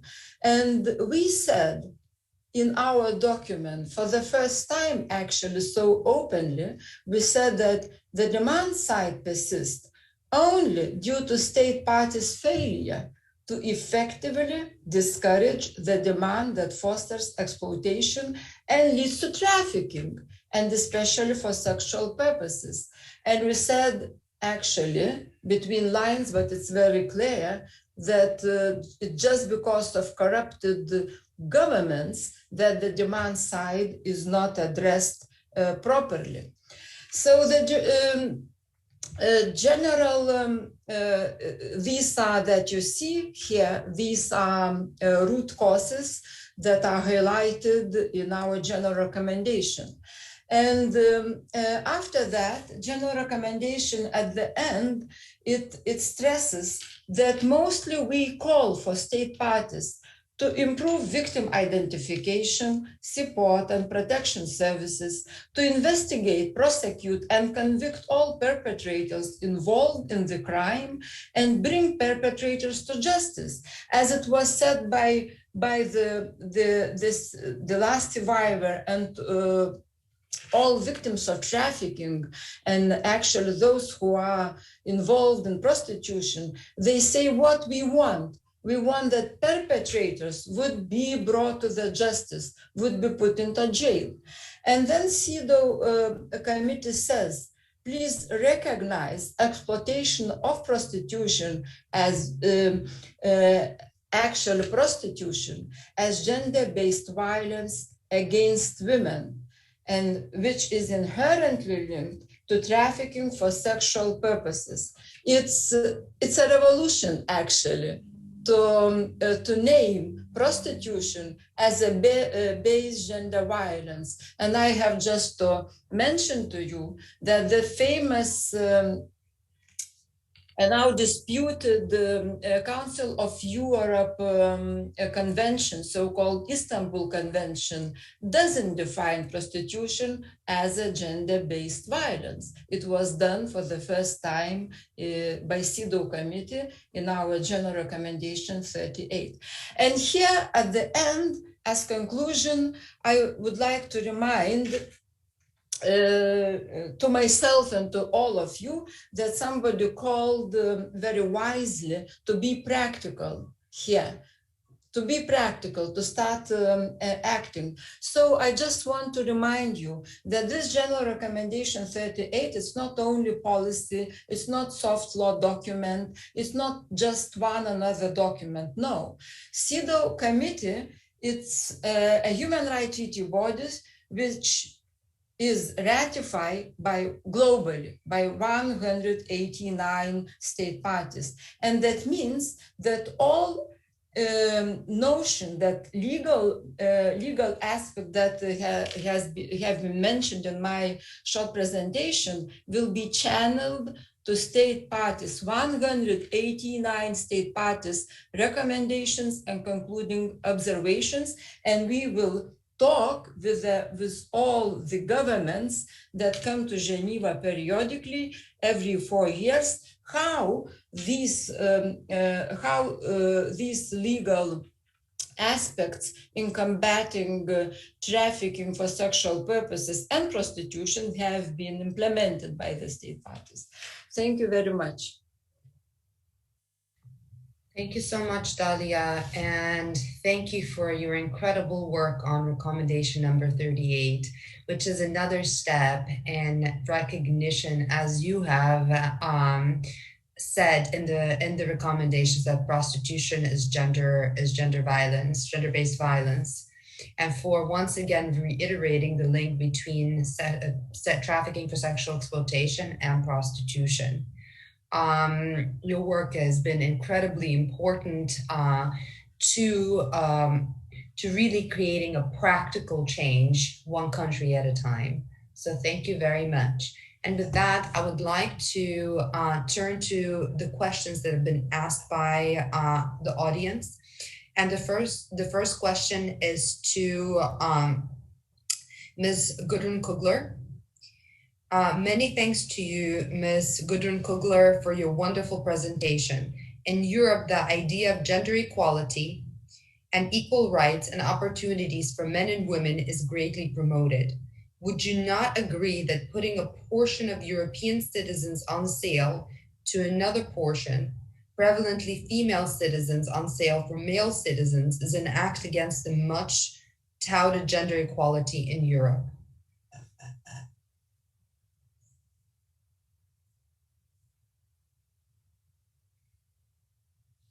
Ms. Kugler may be having some technical difficulties. Perhaps one of the other speakers could actually respond to this question. Excuse me? Yes, I will quickly repeat the question. There was a question for you, Ms. Kugler, that thanking you for your wonderful presentation. In Europe, the idea of gender equality and equal rights and opportunities for men and women is greatly promoted. Would you not agree that putting a portion of European citizens on sale to other portion, prevalently female citizens, on sale to male citizens, is an act against the much touted gender equality in Europe? Yes, I would like to say a big thank you to Dalia's presentation, because that's exactly what she explained to us now very well. And I do totally agree. And I'm very glad to hear the resolution that CEDA took, and I will certainly take this up in Parliament, because this helps us tremendously in fostering that cause. And it forces us to discuss these issues in all parliamentary contexts, and also in countries like mine, as I explained, that people do not want to talk about it, do not want to see it, where also feminist voices do not want to see it. So this is absolutely true. And with everything we've heard now from Dalia, I'm very much looking forward to taking on this debate also in my parliament. Thank you so much for the response. We actually have another comment from Dr. Katharina Rosenblatt, who is a survivor leader as well, saying that legalization of prostitution only normalizes and desensitizes societies to the truth behind the imbalance of power and legitimate sexual desires, which are the perversities that fuel demand. Please hold the men and societies accountable, which are already enabling this evil. Thank you. And with that, we just have a few more minutes left. And I would like to actually ask all of the panelists today for your final thoughts on the conference, on the conference or this particular panel. So I would like to invite Mr. Poznański to provide 1 or 2 minute final remarks. Thank you. Let me share a few comments. First of all, this is really important that we discuss these issues. I just realized that I'm the only man in the panel, and I hope that more men can speak about the sexual exploitation issue as we do today. Of course, we understand the problem. Victims are mainly girls and women, but this is really a human rights issue. If we allow the culture of buying another person, be it trafficked, be it sold as a product in a prostitution, or another issue, but for me, very much of the same kind. If someone can steal our personal data, which is quite popular today, this is really changing the humanity and leaving the human being really out of the center. So culture of buying is something that we should really address when we are addressing the demand. We are living in a digital age. Just recently, in the CBSS, we organized a conference on the trafficking of children in the digital era. And it showed that we need to address, and I've heard from some of the colleagues, we need to address the digital domain, because this is both the venue and the tool for prostitution, for pornography, and for trafficking. We see it more and more. And criminalization is something that I guess that we all agree. It is also when we discuss the digital sphere, the criminalization is really necessary to distinguish what is the freedom of speech and what is the criminal act, and we need to be very decisive in this. one last comment. I think it was mentioned that we should have like a company code of conduct, etc. I can give you the CBSS example where we are very active on children rights and protecting children victims of violence and witnesses of violence. In our company, we have children at risk policy that every employee has to subscribe to. Doesn't matter if it has a contact with children in his her work, everyday work or not. This is a kind of creation of culture of understanding the sensitivity of victims and avoiding any action that can lead to any kind of victimization or endangering. I think that maybe the parliaments could start something with that. And when we take into account the sexual exploitation, it would be good if a good example could come from above, for example, from the parliaments, to have such a code of conducts that would be advertised and show them the path for the others. Thank you. Thank you so much. And thank you for reminding us of the real need for men to be actively engaged and fighting with us shoulder to shoulder on this particular issue. Now I'd like to give the screen to Ms. Gudrun Kugler for any final comments. Yes, I would like to say thank you again to the organizers and all speakers. I have taken many notes, and I do see that there is a shift in understanding. It's true that the Istanbul Convention mentions all kinds of forms of violence against women, but not this one, even though it is the most apparent one, one of the most apparent ones, let's put it this way. And the shift of understanding is also emphasized through this conference. I think what we need to do now is to bring this understanding and everything that the speakers have said so far to a broader public, and it needs to be done on an international level, but it needs to be done also on a national level. And this means a lot of work, because there's a big misunderstanding of these issues. And only through a debate, as we are having it here right now, minds can be reached and change can be brought about. So I do have to say that this is also maybe an issue that was not emphasized for ideological reasons. But if we want to combat gender-based violence, we must not be ideological. We need to look at the personal dimension of these things that are actually crimes. And for this reason, again, my thanks goes out to the survivors and to all the experts and people who are responsible for governments and international cooperation for being brave enough to take it up. It's often not easy. And as I said initially, I'm here as a listener. It has been very beneficial to me, and a big thank you to the organizers that we can have such a panel. And it's not the end of a panel, but it's the beginning of a cooperation. In this sense, big thank you to all of you. Thank you so much. And I think the bravery that it takes to say what we have to say here and then to act on it is what's going to actually create the world that we all want to see, a world free of violence and abuse of women, children, and men. With that, I would like to hand over the floor to Ms. Diane Martin for her final remarks. Thank you. I just want to say thank you so much for this conference.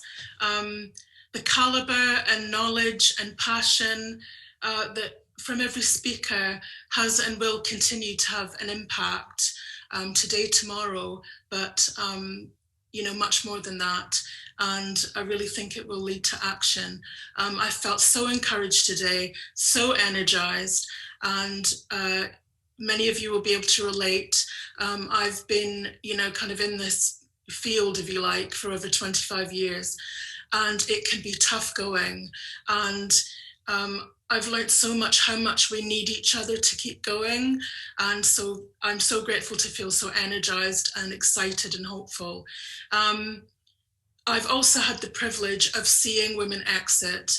I ran an exiting project that I founded for over 15 years, and I had the complete privilege of meeting women on the street at 1 o'clock in the morning and seeing them right through to recovery and community reintegration, employment, education. It is possible. It's not easy, but neither is it rocket science. We've got the knowledge and the skill base to help women to do that, and it needs to be resourced. My last thought is I had a conversation with someone that I worked with for a long time in the police. He's a recently retired detective superintendent, and he used to run London's prostitution and trafficking unit, and we did a lot of work together. We were talking on the phone last couple of weeks, and you can know someone for a long time but not find out new things about them all the time. And he said to me, "Oh, Di, do you not know that I grew up in Germany?" And I said, "No, I never knew that." And he told me that he grew up in Germany, so he was kind of brought up with a kind of normalization around prostitution, and that was his mindset. It was also his mindset when they moved back to the UK, and it wasn't until he was actually policing on the front line and seeing the realities that he did a complete 360 turnaround. And so that gives me hope that we can have culture change, and we can make a big impact. So thank you so much, everyone. I can't wait to hear everyone else. And final words from Ms. Dalia Leonarte. Okay, thank you very much, dear Tatiana. So at the beginning, I thanked all the organizers of this conference, but now, after when our panel came to the end, I wanted to thank you to all panelists, just because the panel was great and they felt so comfortable and so creative. I have to tell you, despite those terribly tiring platforms that all of us now we are forced to work with. So my final thoughts will come from me as a historian, because I'm a historian, not only a gender expert at the CEDAW committee. I have to remind you about huge hypocrisy of this prostitution phenomena. I analyzed once, as a historian, all cultural environments, taking into account a couple of centuries, and also recent legal frameworks of all our state parties, 189. And what I detected, the more state party culturally is conservative, for example, like in so many Latin American countries, abortion is forbidden by 100%. You would be put into jail for many years if you perform or survived after abortion. So prostitution is legal. And even to come back to our European countries, let's talk about Poland.